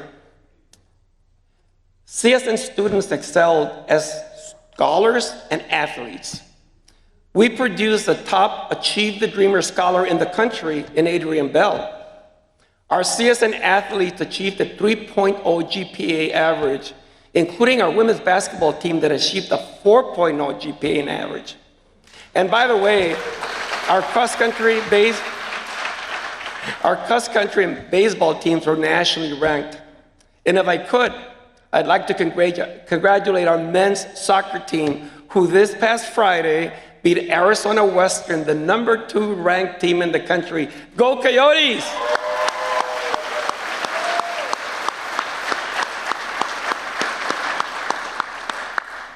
You know, after a 5-year journey, we've completed our migration to a multi-campus structure. And it's a campus-based initiative that better addresses student and community engagement and that is already showing great promise. We also started to deliver classes at our $70 million state-of-the-art Betty Engelstedt Health and Science building at our Henderson campus. Now think about it. We also received confirmation by the city of Las Vegas for the construction of a new CSN Westside Education Training Center, and that'll be located in Ward 5. And it will also allow us to expand educational and training opportunities to one of the most underserved areas of the city. Continuing with this progression, we also broke ground on the construction of a $25 million CSN City of Henderson Advanced Manufacturing Center of Excellence that will position CSN to produce the next generation of highly skilled and advanced manufacturing technicians in such areas as robotics, CNC, operations, mechanics, mechatronics, and industrial automation. These are the jobs of the future, my friends. Our faculty and academic departments achieved many distinctions. And I want to pause for a minute. Oftentimes, when we have convocations, we tend to skip over and just recognize our fabulous faculty. But this year, I'm going to take a little time and reflect on the kind of work that our faculty is doing day in and day out. And also the kind of production that we had in just 1 year. So here we go. The Computer Information Technologies Department established its first ever degree, the Associate of Arts in Computer Science. Yeah. The Transportation Technology faculty established the first motorsport technology program in Nevada. Our nursing program faculty completed an accelerated course of study in the associate degree in nursing. This will accelerate the number of nurses that we're able to produce to meet critical labor shortages. Our CSN medical assistant faculty designed an accelerated course of study that will allow students to complete their program of studies in 2 semesters or less. The CSNU Bachelor's of Applied Science Culinary Lab at our North Las Vegas campus, just check it out, will now allow us to deliver upper division courses in our Bachelor's of Applied Science program. Yeah, so here's a little teaser. Be on the lookout. The CSN Culinary Arts will be featured on a national television program by none other than Montel Williams. We're getting famous, right? And again, congratulations to our Bachelor's of Applied Science program in Environmental Management. They attained a 100% placement rate. That means that 100% of our graduates had a job before they walked the stage. And if you're seeing a trend, think about this. The Board of Regents unanimously approved 2 new Bachelor's of Applied Science programs for CSN: Environmental Conservation and Environmental Laboratory Sciences. Congratulations, faculty. And kudos to the CSN Math and English faculty for adding more co-requisite math and English courses that will allow us to serve as many as 11,000 CSN students. Think about it. You know, we're adding courses at a time where we've got all these challenges, but we're always aligning our courses to student needs. And you heard the CSN Mariachi Plata, right? So under the direction of Robert Bonora, they were crowned national champions of collegiate mariachi. CSN was the first mariachi national champion not to be from Texas. I hope you can appreciate my delight in reminding my Texas friends of our achievement. Thank you, Mariachi Plata, for granting me the bragging rights. And here's another teaser. CSN is ready to launch its gospel choir later this year. Yeah. We really value diversity at the College of Southern Nevada, and thank you, faculty, for taking the lead in expressing that diversity in every phase of our existence. Our faculty from the Department of Health is working with the Department of Health and Human Services to customize a new certificate for developmental sports technician. The CSN educational faculty just launched a new skills certificate to produce highly qualified substitute teachers to help address the state's critical teacher shortage. And the Office of E-Learning is working with internal stakeholders to create a totally online comprehensive college. Isn't that amazing? That's kind of the kind of work that you see from our faculty. But it's not just the faculty that's working. We also have some of our administrators and leaders doing some important work. And this year we're implementing our new CRM. It's a holistic system to better support our strategic enrollment management and guided pathways. Yeah. CSN and the Nevada Gold Mines launched a new CTE Academy in diesel technology and industrial maintenance for Rancho High School students. This program is entering its 2nd year. And check this out. Nevada Gold Mine has guaranteed a job for every graduate with a starting salary of $70,000 right out of high school. We're changing lives at CSN. And this has been a breakout year for CSN in the international education space. We received grants that allowed CSN students and faculty to travel to the rainforests of Costa Rica. And we also have grants that will provide $2,500 stipends and support in terms of travel expenses to support CSN faculty-led study abroad projects, and a stipend of $1,000 that will be available to CSN faculty willing to teach virtual study abroad courses. So yeah, CSN is going global.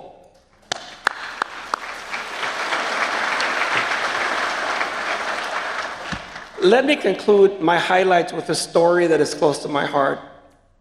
This year, 3 students who began their CSN educational journey while still in prison graduated with a degree from CSN, including Keisha Westbrook, who was selected to deliver the student spring commencement speech. Today, 2 of these students are continuing their education in pursuit of a bachelor's degree, and the third is now employed as a manager in their field of study. We're proud of these students as they have overcome great obstacles in pursuit of their higher education goals. But my friends, this is what I mean when I say CSN is a beacon of hope for so many in our community, and we change lives. I could easily go on and on with the many other examples of the type of work that our CSN family has been engaged with over the past year. These are truly impressive outcomes. So shame on us if we take them for granted. So please join me in giving our CSN family involved in these projects a round of applause. Now let me rephrase that. Hope you agree that this group deserves a standing ovation. Let's do that for them.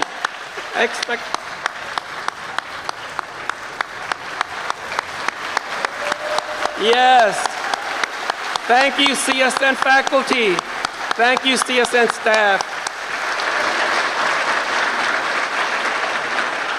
You can be seated.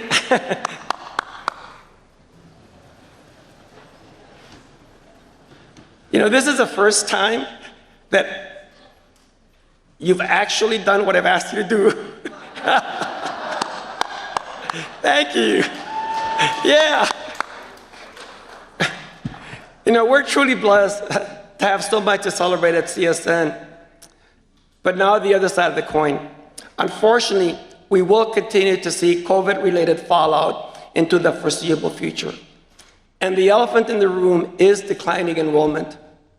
Declining enrollment has the potential to threaten the long-term economic sustainability of CSN. In fact, as I mentioned earlier, the National Student Clearinghouse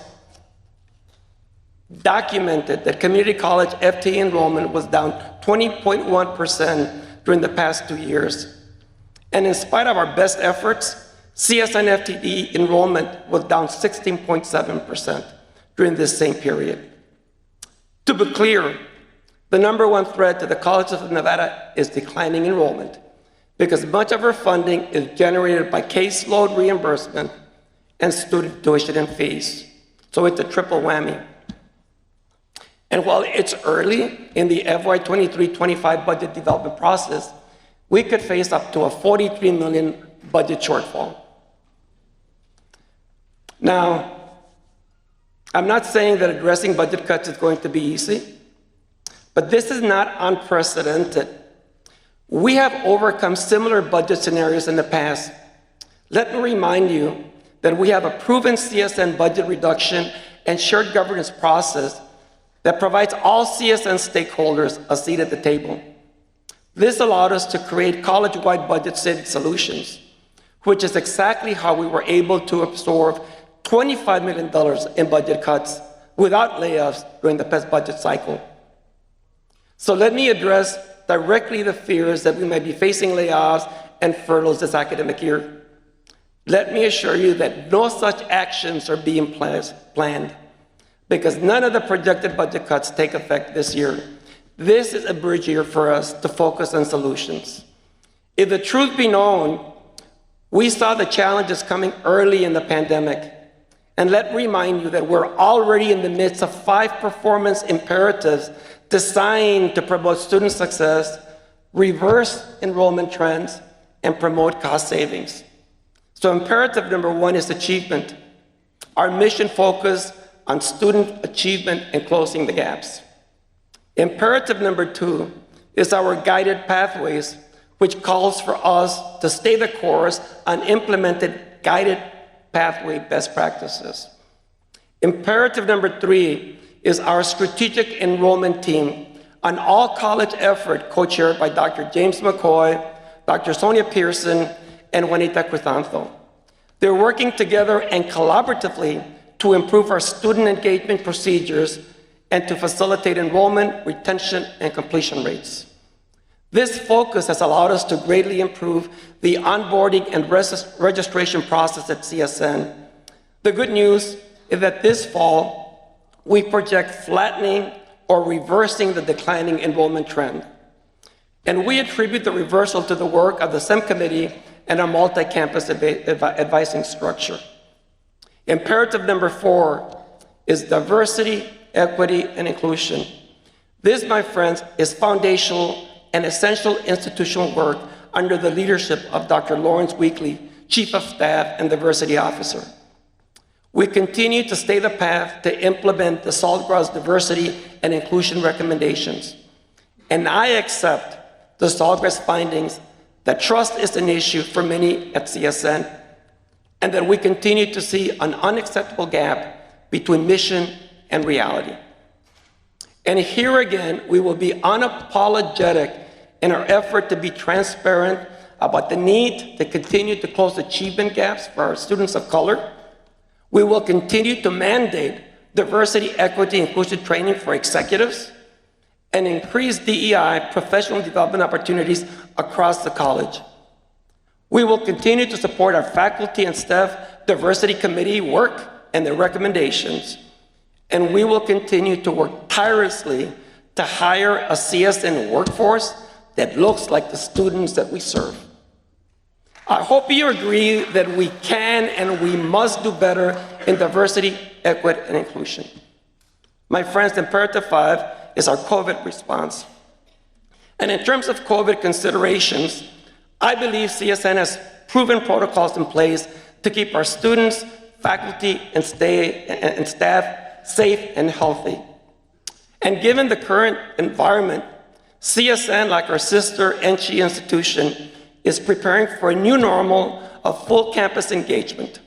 For the record, already over 60% of our courses and all of our student academic and support services are scheduled for on-campus delivery.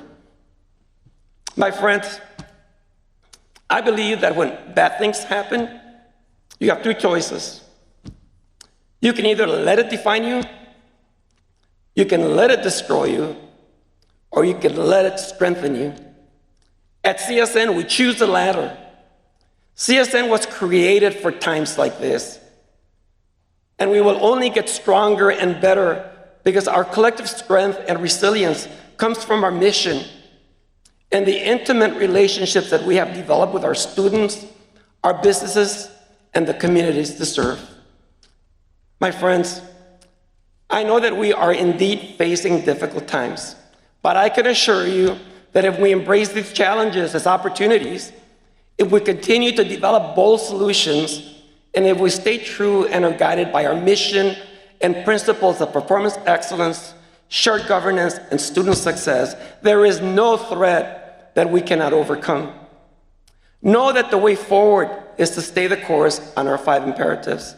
And yes, I remain optimistic about our future because I know that at CSN we will not be defined by our problems. We will be defined by the solutions that we are developing today. So in closing, let me leave you with a final piece of wisdom from none other than Albert Einstein, which I think are very appropriate for today's environment.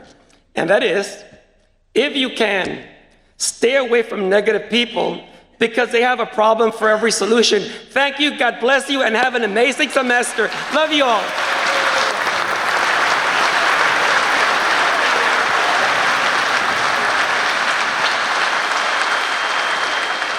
Thank you so much, Dr. Zaragoza, for that great message. I feel hopeful as a student, and I know that our faculty and staff have received an inspirational call to action to continue our great legacy into the next 50 years. Before we enter into the awards portion of our program, we would like to share something near and dear to me as a video production major.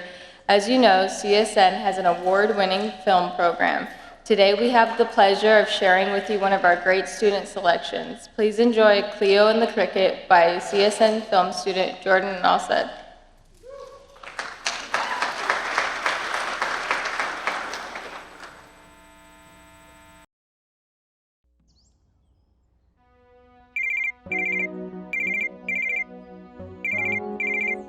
Hello? Oh, hey, Mom.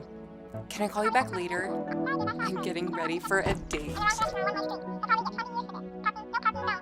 This one is the one.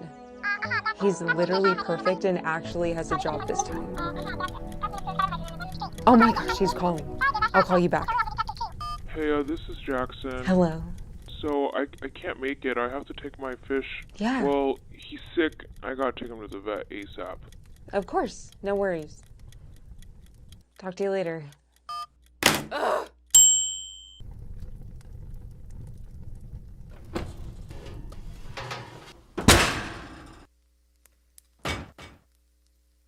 What? I can't make it. My fish is sick. Stupid excuse.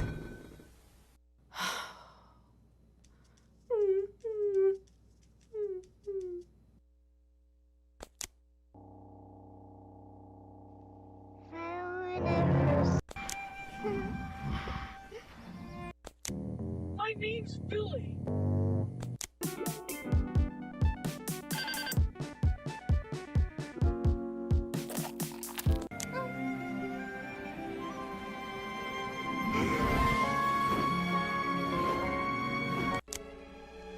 I must be leaving now.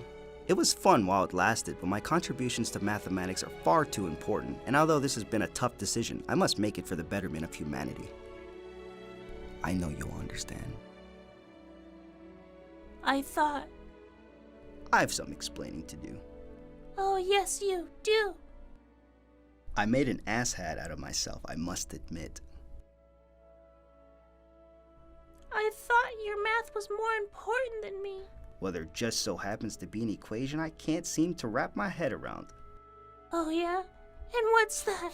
I may be a whack job, nincompoop, cat scan, and nutcase. Matter of fact, I know I'm all of those things, but damn it, I'm a man and you're a woman. Given the chance of us being together are slim to none.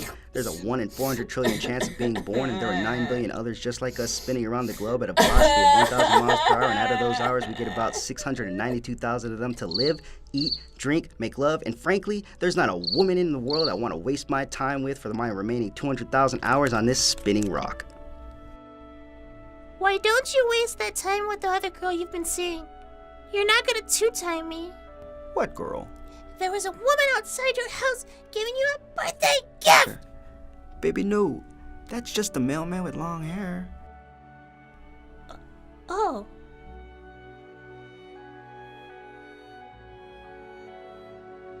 You're still an asshat, nut job, nincompoop! Don't forget CAT scan.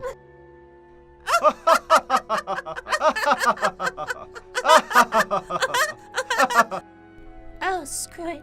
I love you. And I love you too, baby.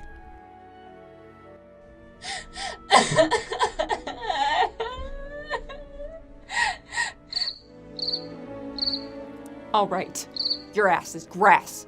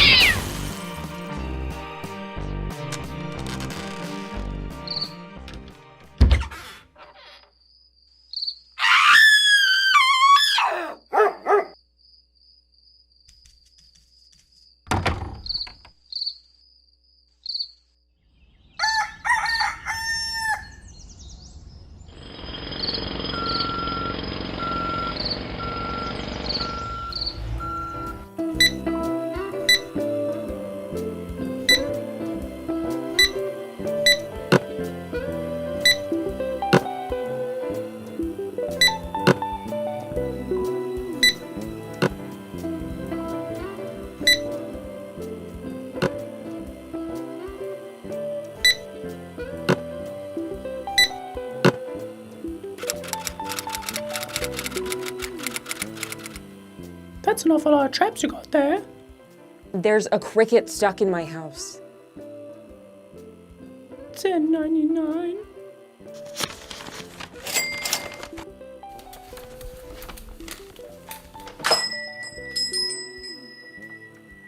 Have a nice day. This is my house. I paid for it with my own money. And if anyone's getting evicted, it's you. It'll be so quick. It won't even hurt. Maybe a little bit.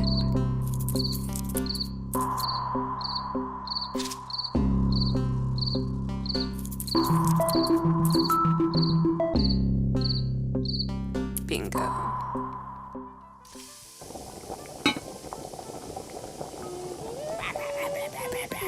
I am a train conductor. Honey, I'm home. I missed you. Oh my God, you're home. I made your favorite dinner. My little hubby's looking thin. Looks delicious, dear. I'm starving.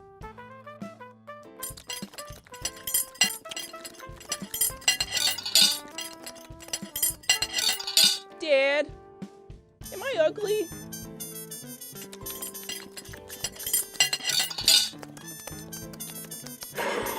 I guess we can share.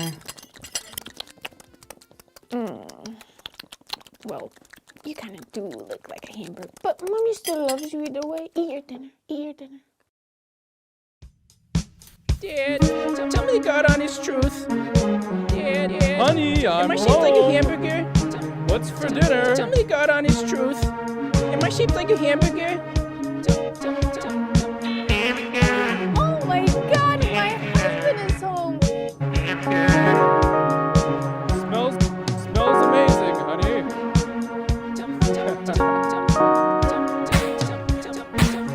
Tell me God honest truth. Honey, I'm home. Rapper.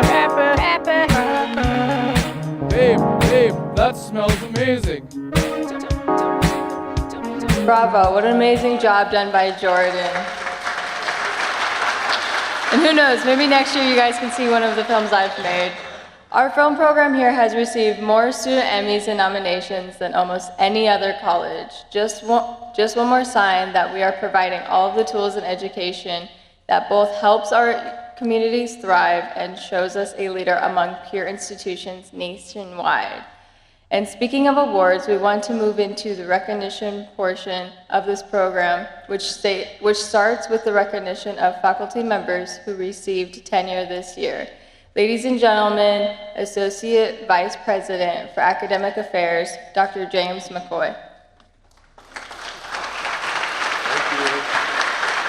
All right. So some say that choosing a career in academics is less a vocation and really more of a calling. And no doubt I agree in the 20 years as a faculty member here at this institution. We know academics is rigorous, it is difficult, it requires years of education and dedication, and of course, faculty, you got the most rewarding job on the planet. Watching your work touch students and changing lives is an incredible feeling. So today I want to recognize several of the individuals that have answered this calling and have done the hard work to achieve the status of tenure, a recognition of the scholarly rigor and dedication of advancement of learning and of knowledge, not only at this college, but certainly worldwide. On behalf of Dr. Zaragoza and the entire CSN family, I would like to recognize and I'd like to congratulate each of the following individuals for reaching this important career milestone.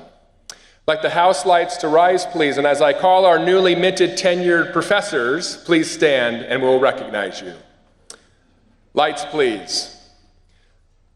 Family, let us recognize Joanne Neer Braga, Troy Callahan, Asha Messiah Chavoya, Deborah A. Frank, David Golden, Jason T. Green, Michael V. Hart, Glenn Hordezuela, Katayun Kazimi, David P. Mooney, Megan R. Padilla, Michelle R. Pike, Robin R. Rhodey, Shyam Sitharaman, Dustin Schaefer, Brendan Shapiro, Denise Sidney, Valtir Versosa, and Caitlin Wilkinson. Give these newly minted professors a round of applause.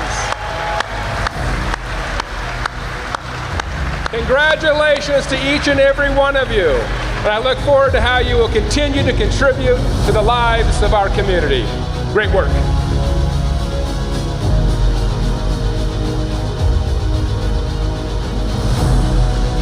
Dedication and loyalty to the mission of a single institution is often overlooked as a value in often fickle world. At CSN, we can boast dozens of employees who have seen the work to be done in the name of helping our student and communities to achieve, succeed, and prosper. And we would like to recognize those individuals today. So I invite Dr. Bill Dial, Chief of Human Resource Officer, to the stage to recognize our Years of Service awards.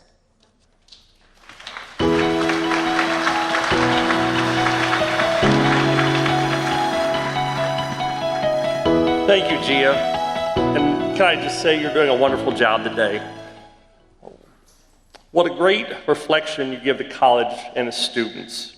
It's my privilege each year to formally recognize those individuals who have stayed to serve the mission, vision, and core values of the College of Southern Nevada for extended periods of time. And thank you, all of you, for the work that you've done over the last 2 years helping this college achieve, succeed, and prosper through the pandemic with all of your hard work. It does not go unrecognized. Thank you.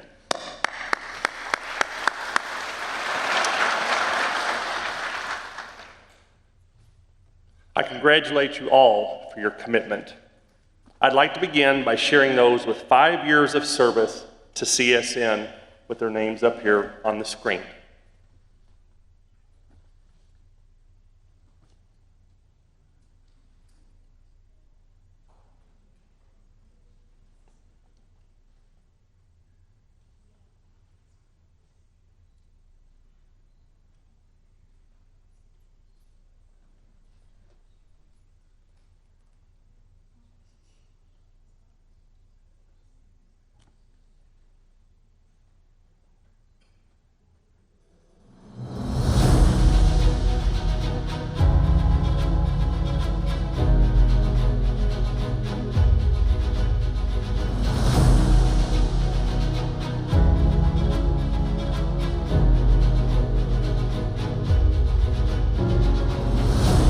Now, for those with 10 years of service to the college.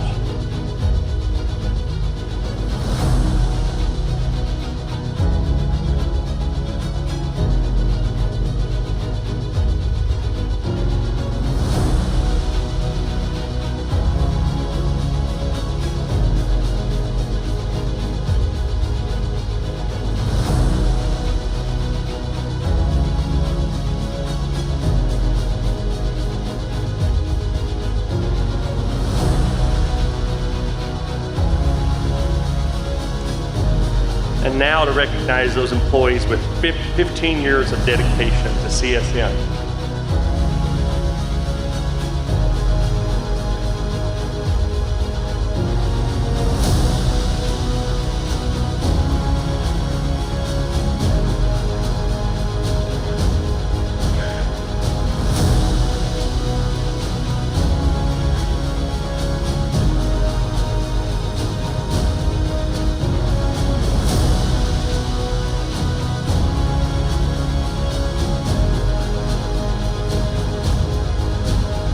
Now, I'd like to invite those of you who have remained dedicated to the College of Southern Nevada for 20 years. If your name is on the screen, then I'm going to ask you to please line up at the right-hand side of the stage for us to call you up to receive your award and have your picture taken.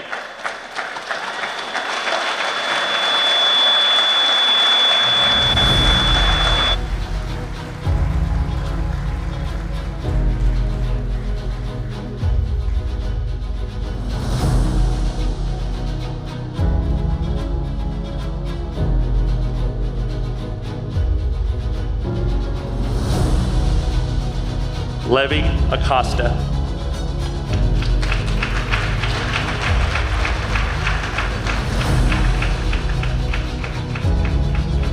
Caroline Bass.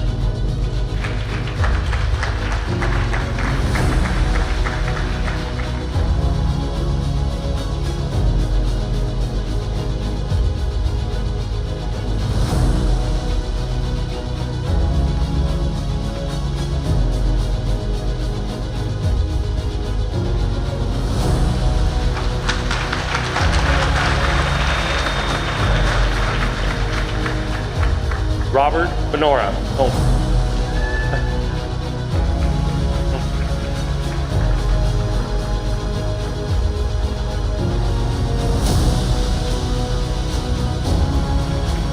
Robert Benora. I think I'm off one.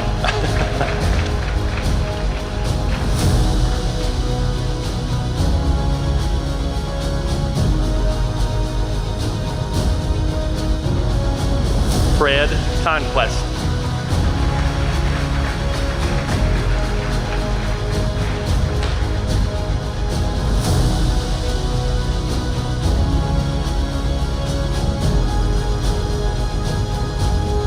Irene Coombs.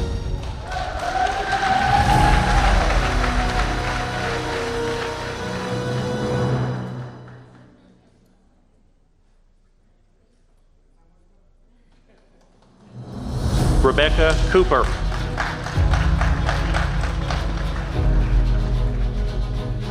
William Davis.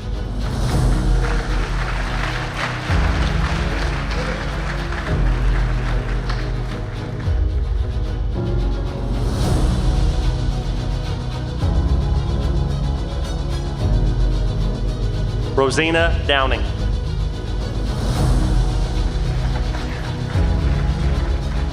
Sandra Gamish. Urania Mesa.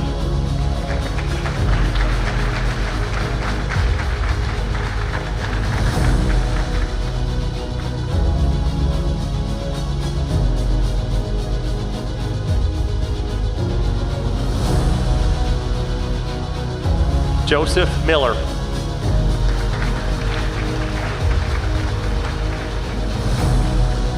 Anthony Mulholland.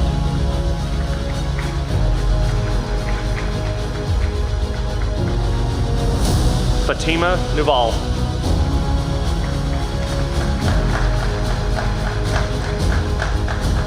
Dennis Olson.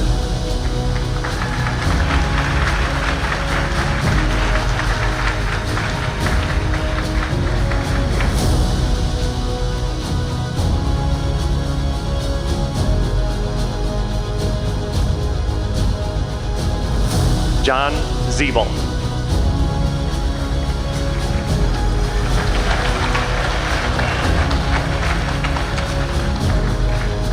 I apologize. Catherine Baker.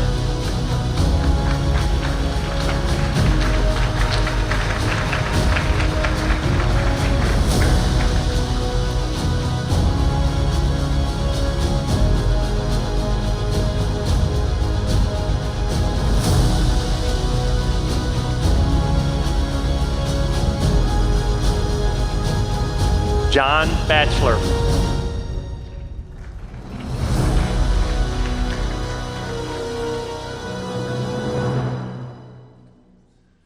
Kenneth Batita.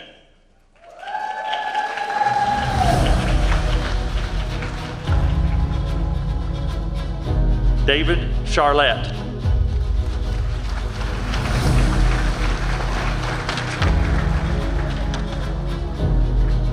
Clarissa Coda.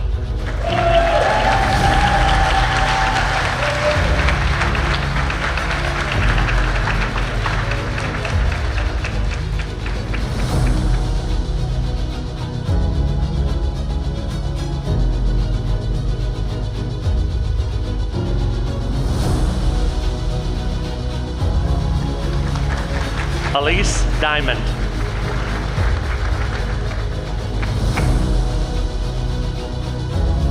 Nora Fernandez.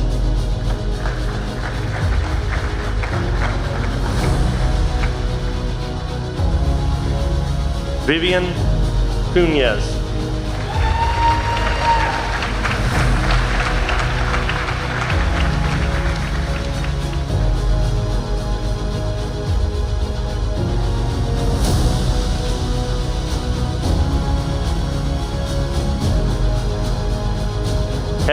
Yee.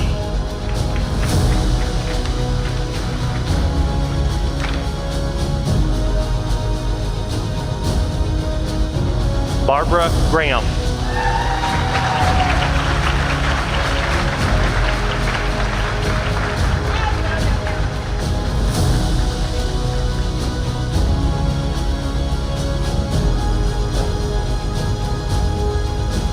Adrian Avis.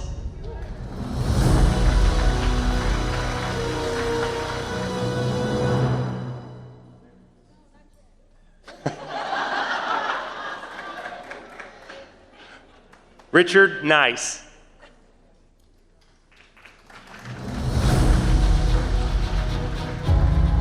Trish LaFlamme.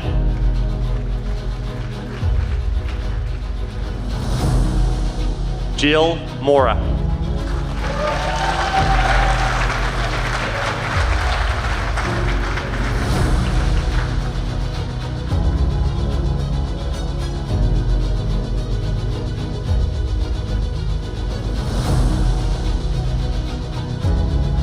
Hello, Pandy.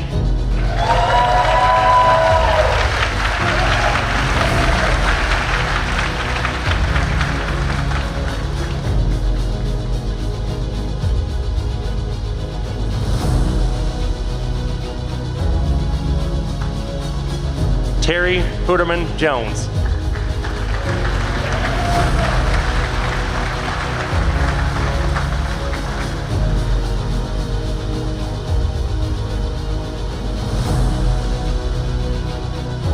Norman Rawls.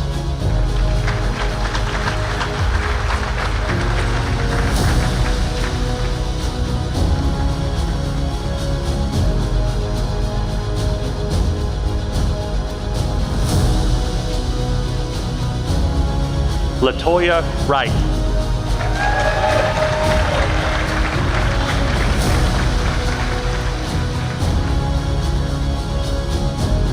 Congratulations to our 25-year recipients.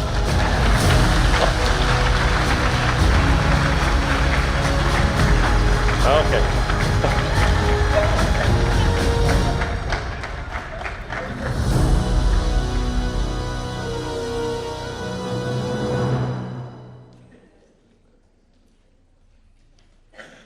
All right, now we're going to honor those with 30 incredible years of service to the College of Southern Nevada. Again, please start making your way down to the right-hand side of the stage to be recognized.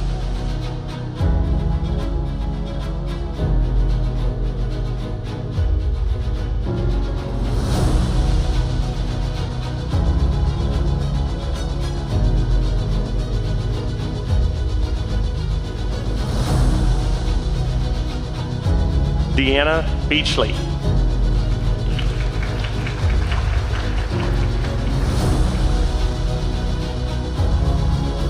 Elfie Manning.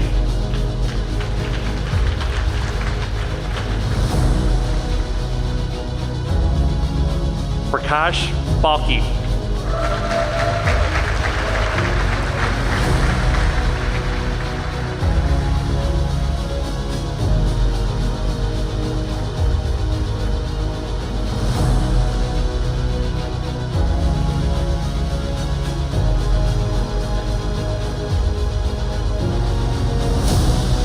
Kalshwar Rao.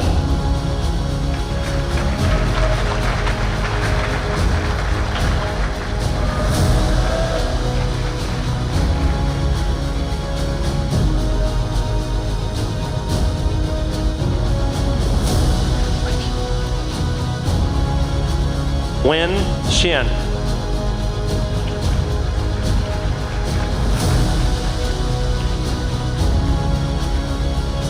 Christopher Soros.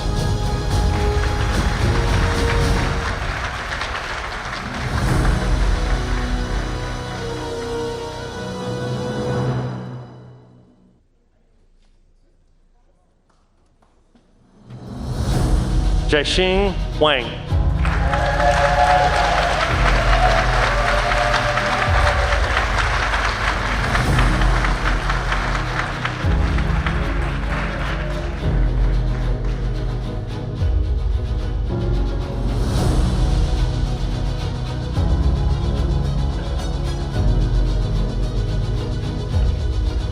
Lonnie Wright.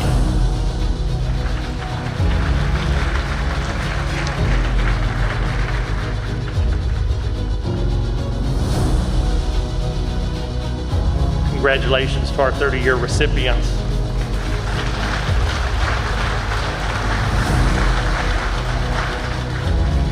We have one individual to recognize today who has remained dedicated to the College of Southern Nevada for 35 years.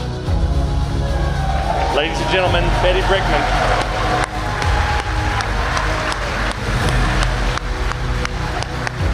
Come on up, Betty.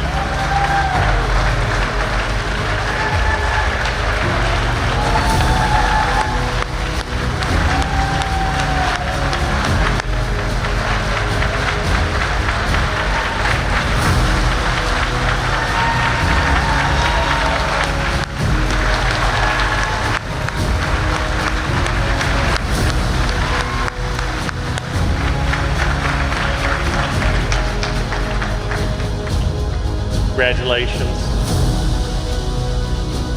Finally, we have an individual who served at the college and served our students for an incredible 40 years. Ladies and gentlemen, Joni Flowers.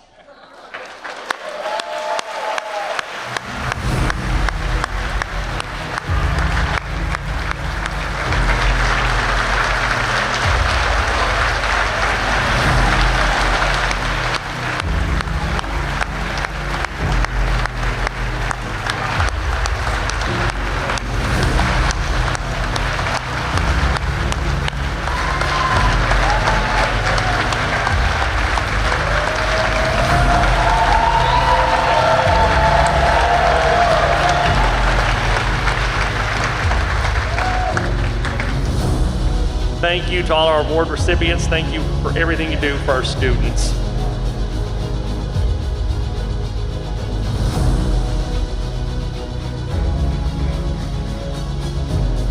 Think of the collected experience, knowledge, and wisdom contained in these people who have shown a level of commitment to the Southern Nevada community that is unparalleled.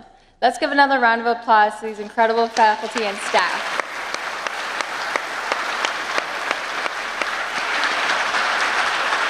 Another measure of dedication to our students comes in the form of excellence in one's work. Each year, the CSN Internal Recognition Committee asks our facility and staff to nominate colleagues who have shown something unusually notable in the way that they approach their work for recognition in the Distinguished and Excellence Awards. I will now invite several members of the executive leadership to come to the stage to present these awards to the outstanding individuals who have gone above and beyond in their service to the CSN and the Southern Nevada community. Ladies and gentlemen, Vice President for the North Las Vegas campus, Clarissa Cota.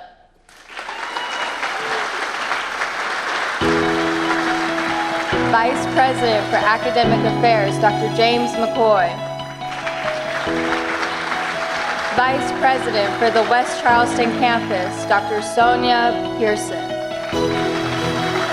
And Vice President for Student Affairs, Juanita Crisanto.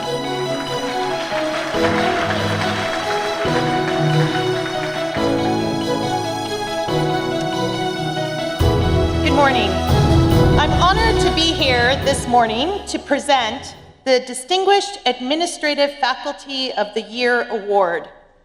Administrative faculty support essential services for our college year-round, fulfilling our students' first philosophy through paying the bills, keeping us safe, and serving our students on the front lines.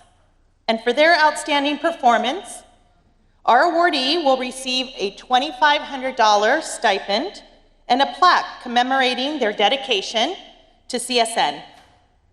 So, ladies and gentlemen, Director of Environmental Health and Safety, Carrie Sedlasek. Congratulations.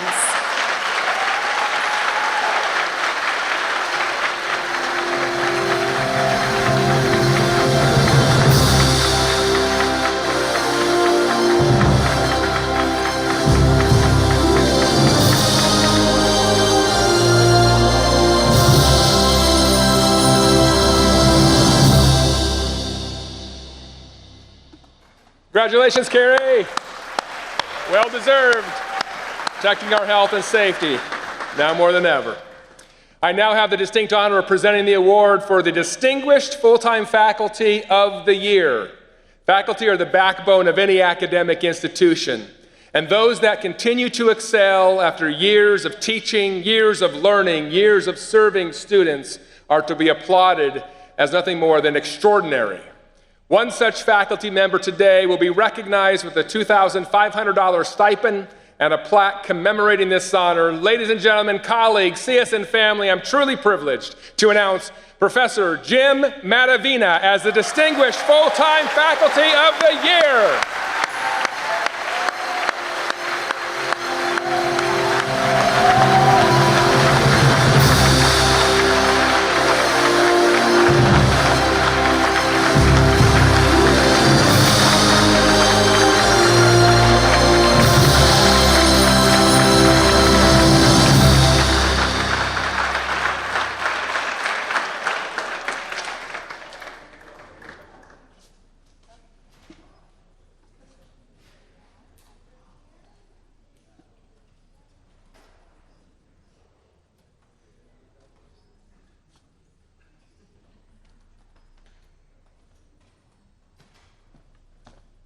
So another round of applause for Jim. Thank you, Jim.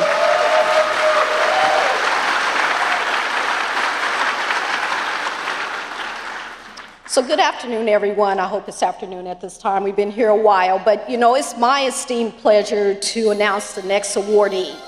This is for the Distinguished Classified Employee. Now, we learned through COVID, there's a lot of things that we can do, but there's most importantly things that we cannot do without our classified staff. These individuals are the glue that hold us together from day in and day out during virtual meetings and on campus. Their time is invaluable, their support is invaluable, and I just want to truly thank them along with the CSN administration. The person that is actually going to be recognized today, Natalie Nash, if you could please make your way to the stage, please.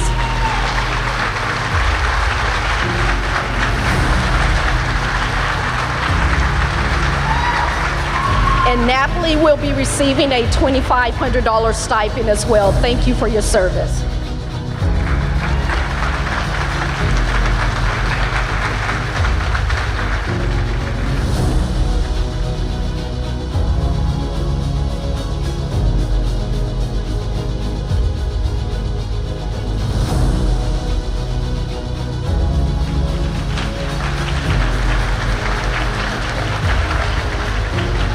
Congratulations, Natalie. Your work is greatly appreciated. Now, while the College of Southern Nevada, as you know, is primarily a teaching institution, many of our faculty are also dedicated to research, often continuing the work that they pursued while earning their own advanced degrees. It is especially commendable when it's not a part of your regular workload as faculty here at CSN. The award for excellence in research carries with it a $500 stipend. This year, we recognize Aaron Harris.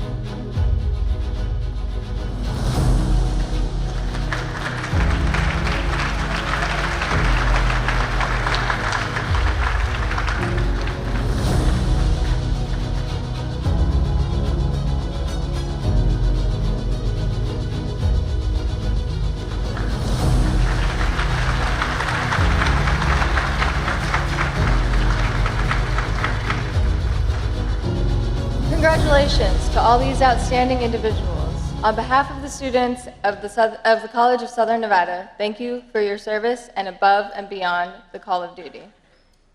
So that concludes our awards and recognition portion of the program, and also marks the end of this event. As Dr. Zaragoza mentioned, this is the end of our 50th year, and there is so much need for what this college does now as ever. I challenge you to look up to all the students like Yvette and I, along with the ones you see all around campus, online, or serve face-to-face, and remember why you do this, and seek to do it with excellence. Please join us for lunch at our food trucks outside, which you can pick up your food tickets right outside. And as we leave, join our CSN Coyote cheerleaders in the CSN Fight Zone. Have a terrific semester, everyone.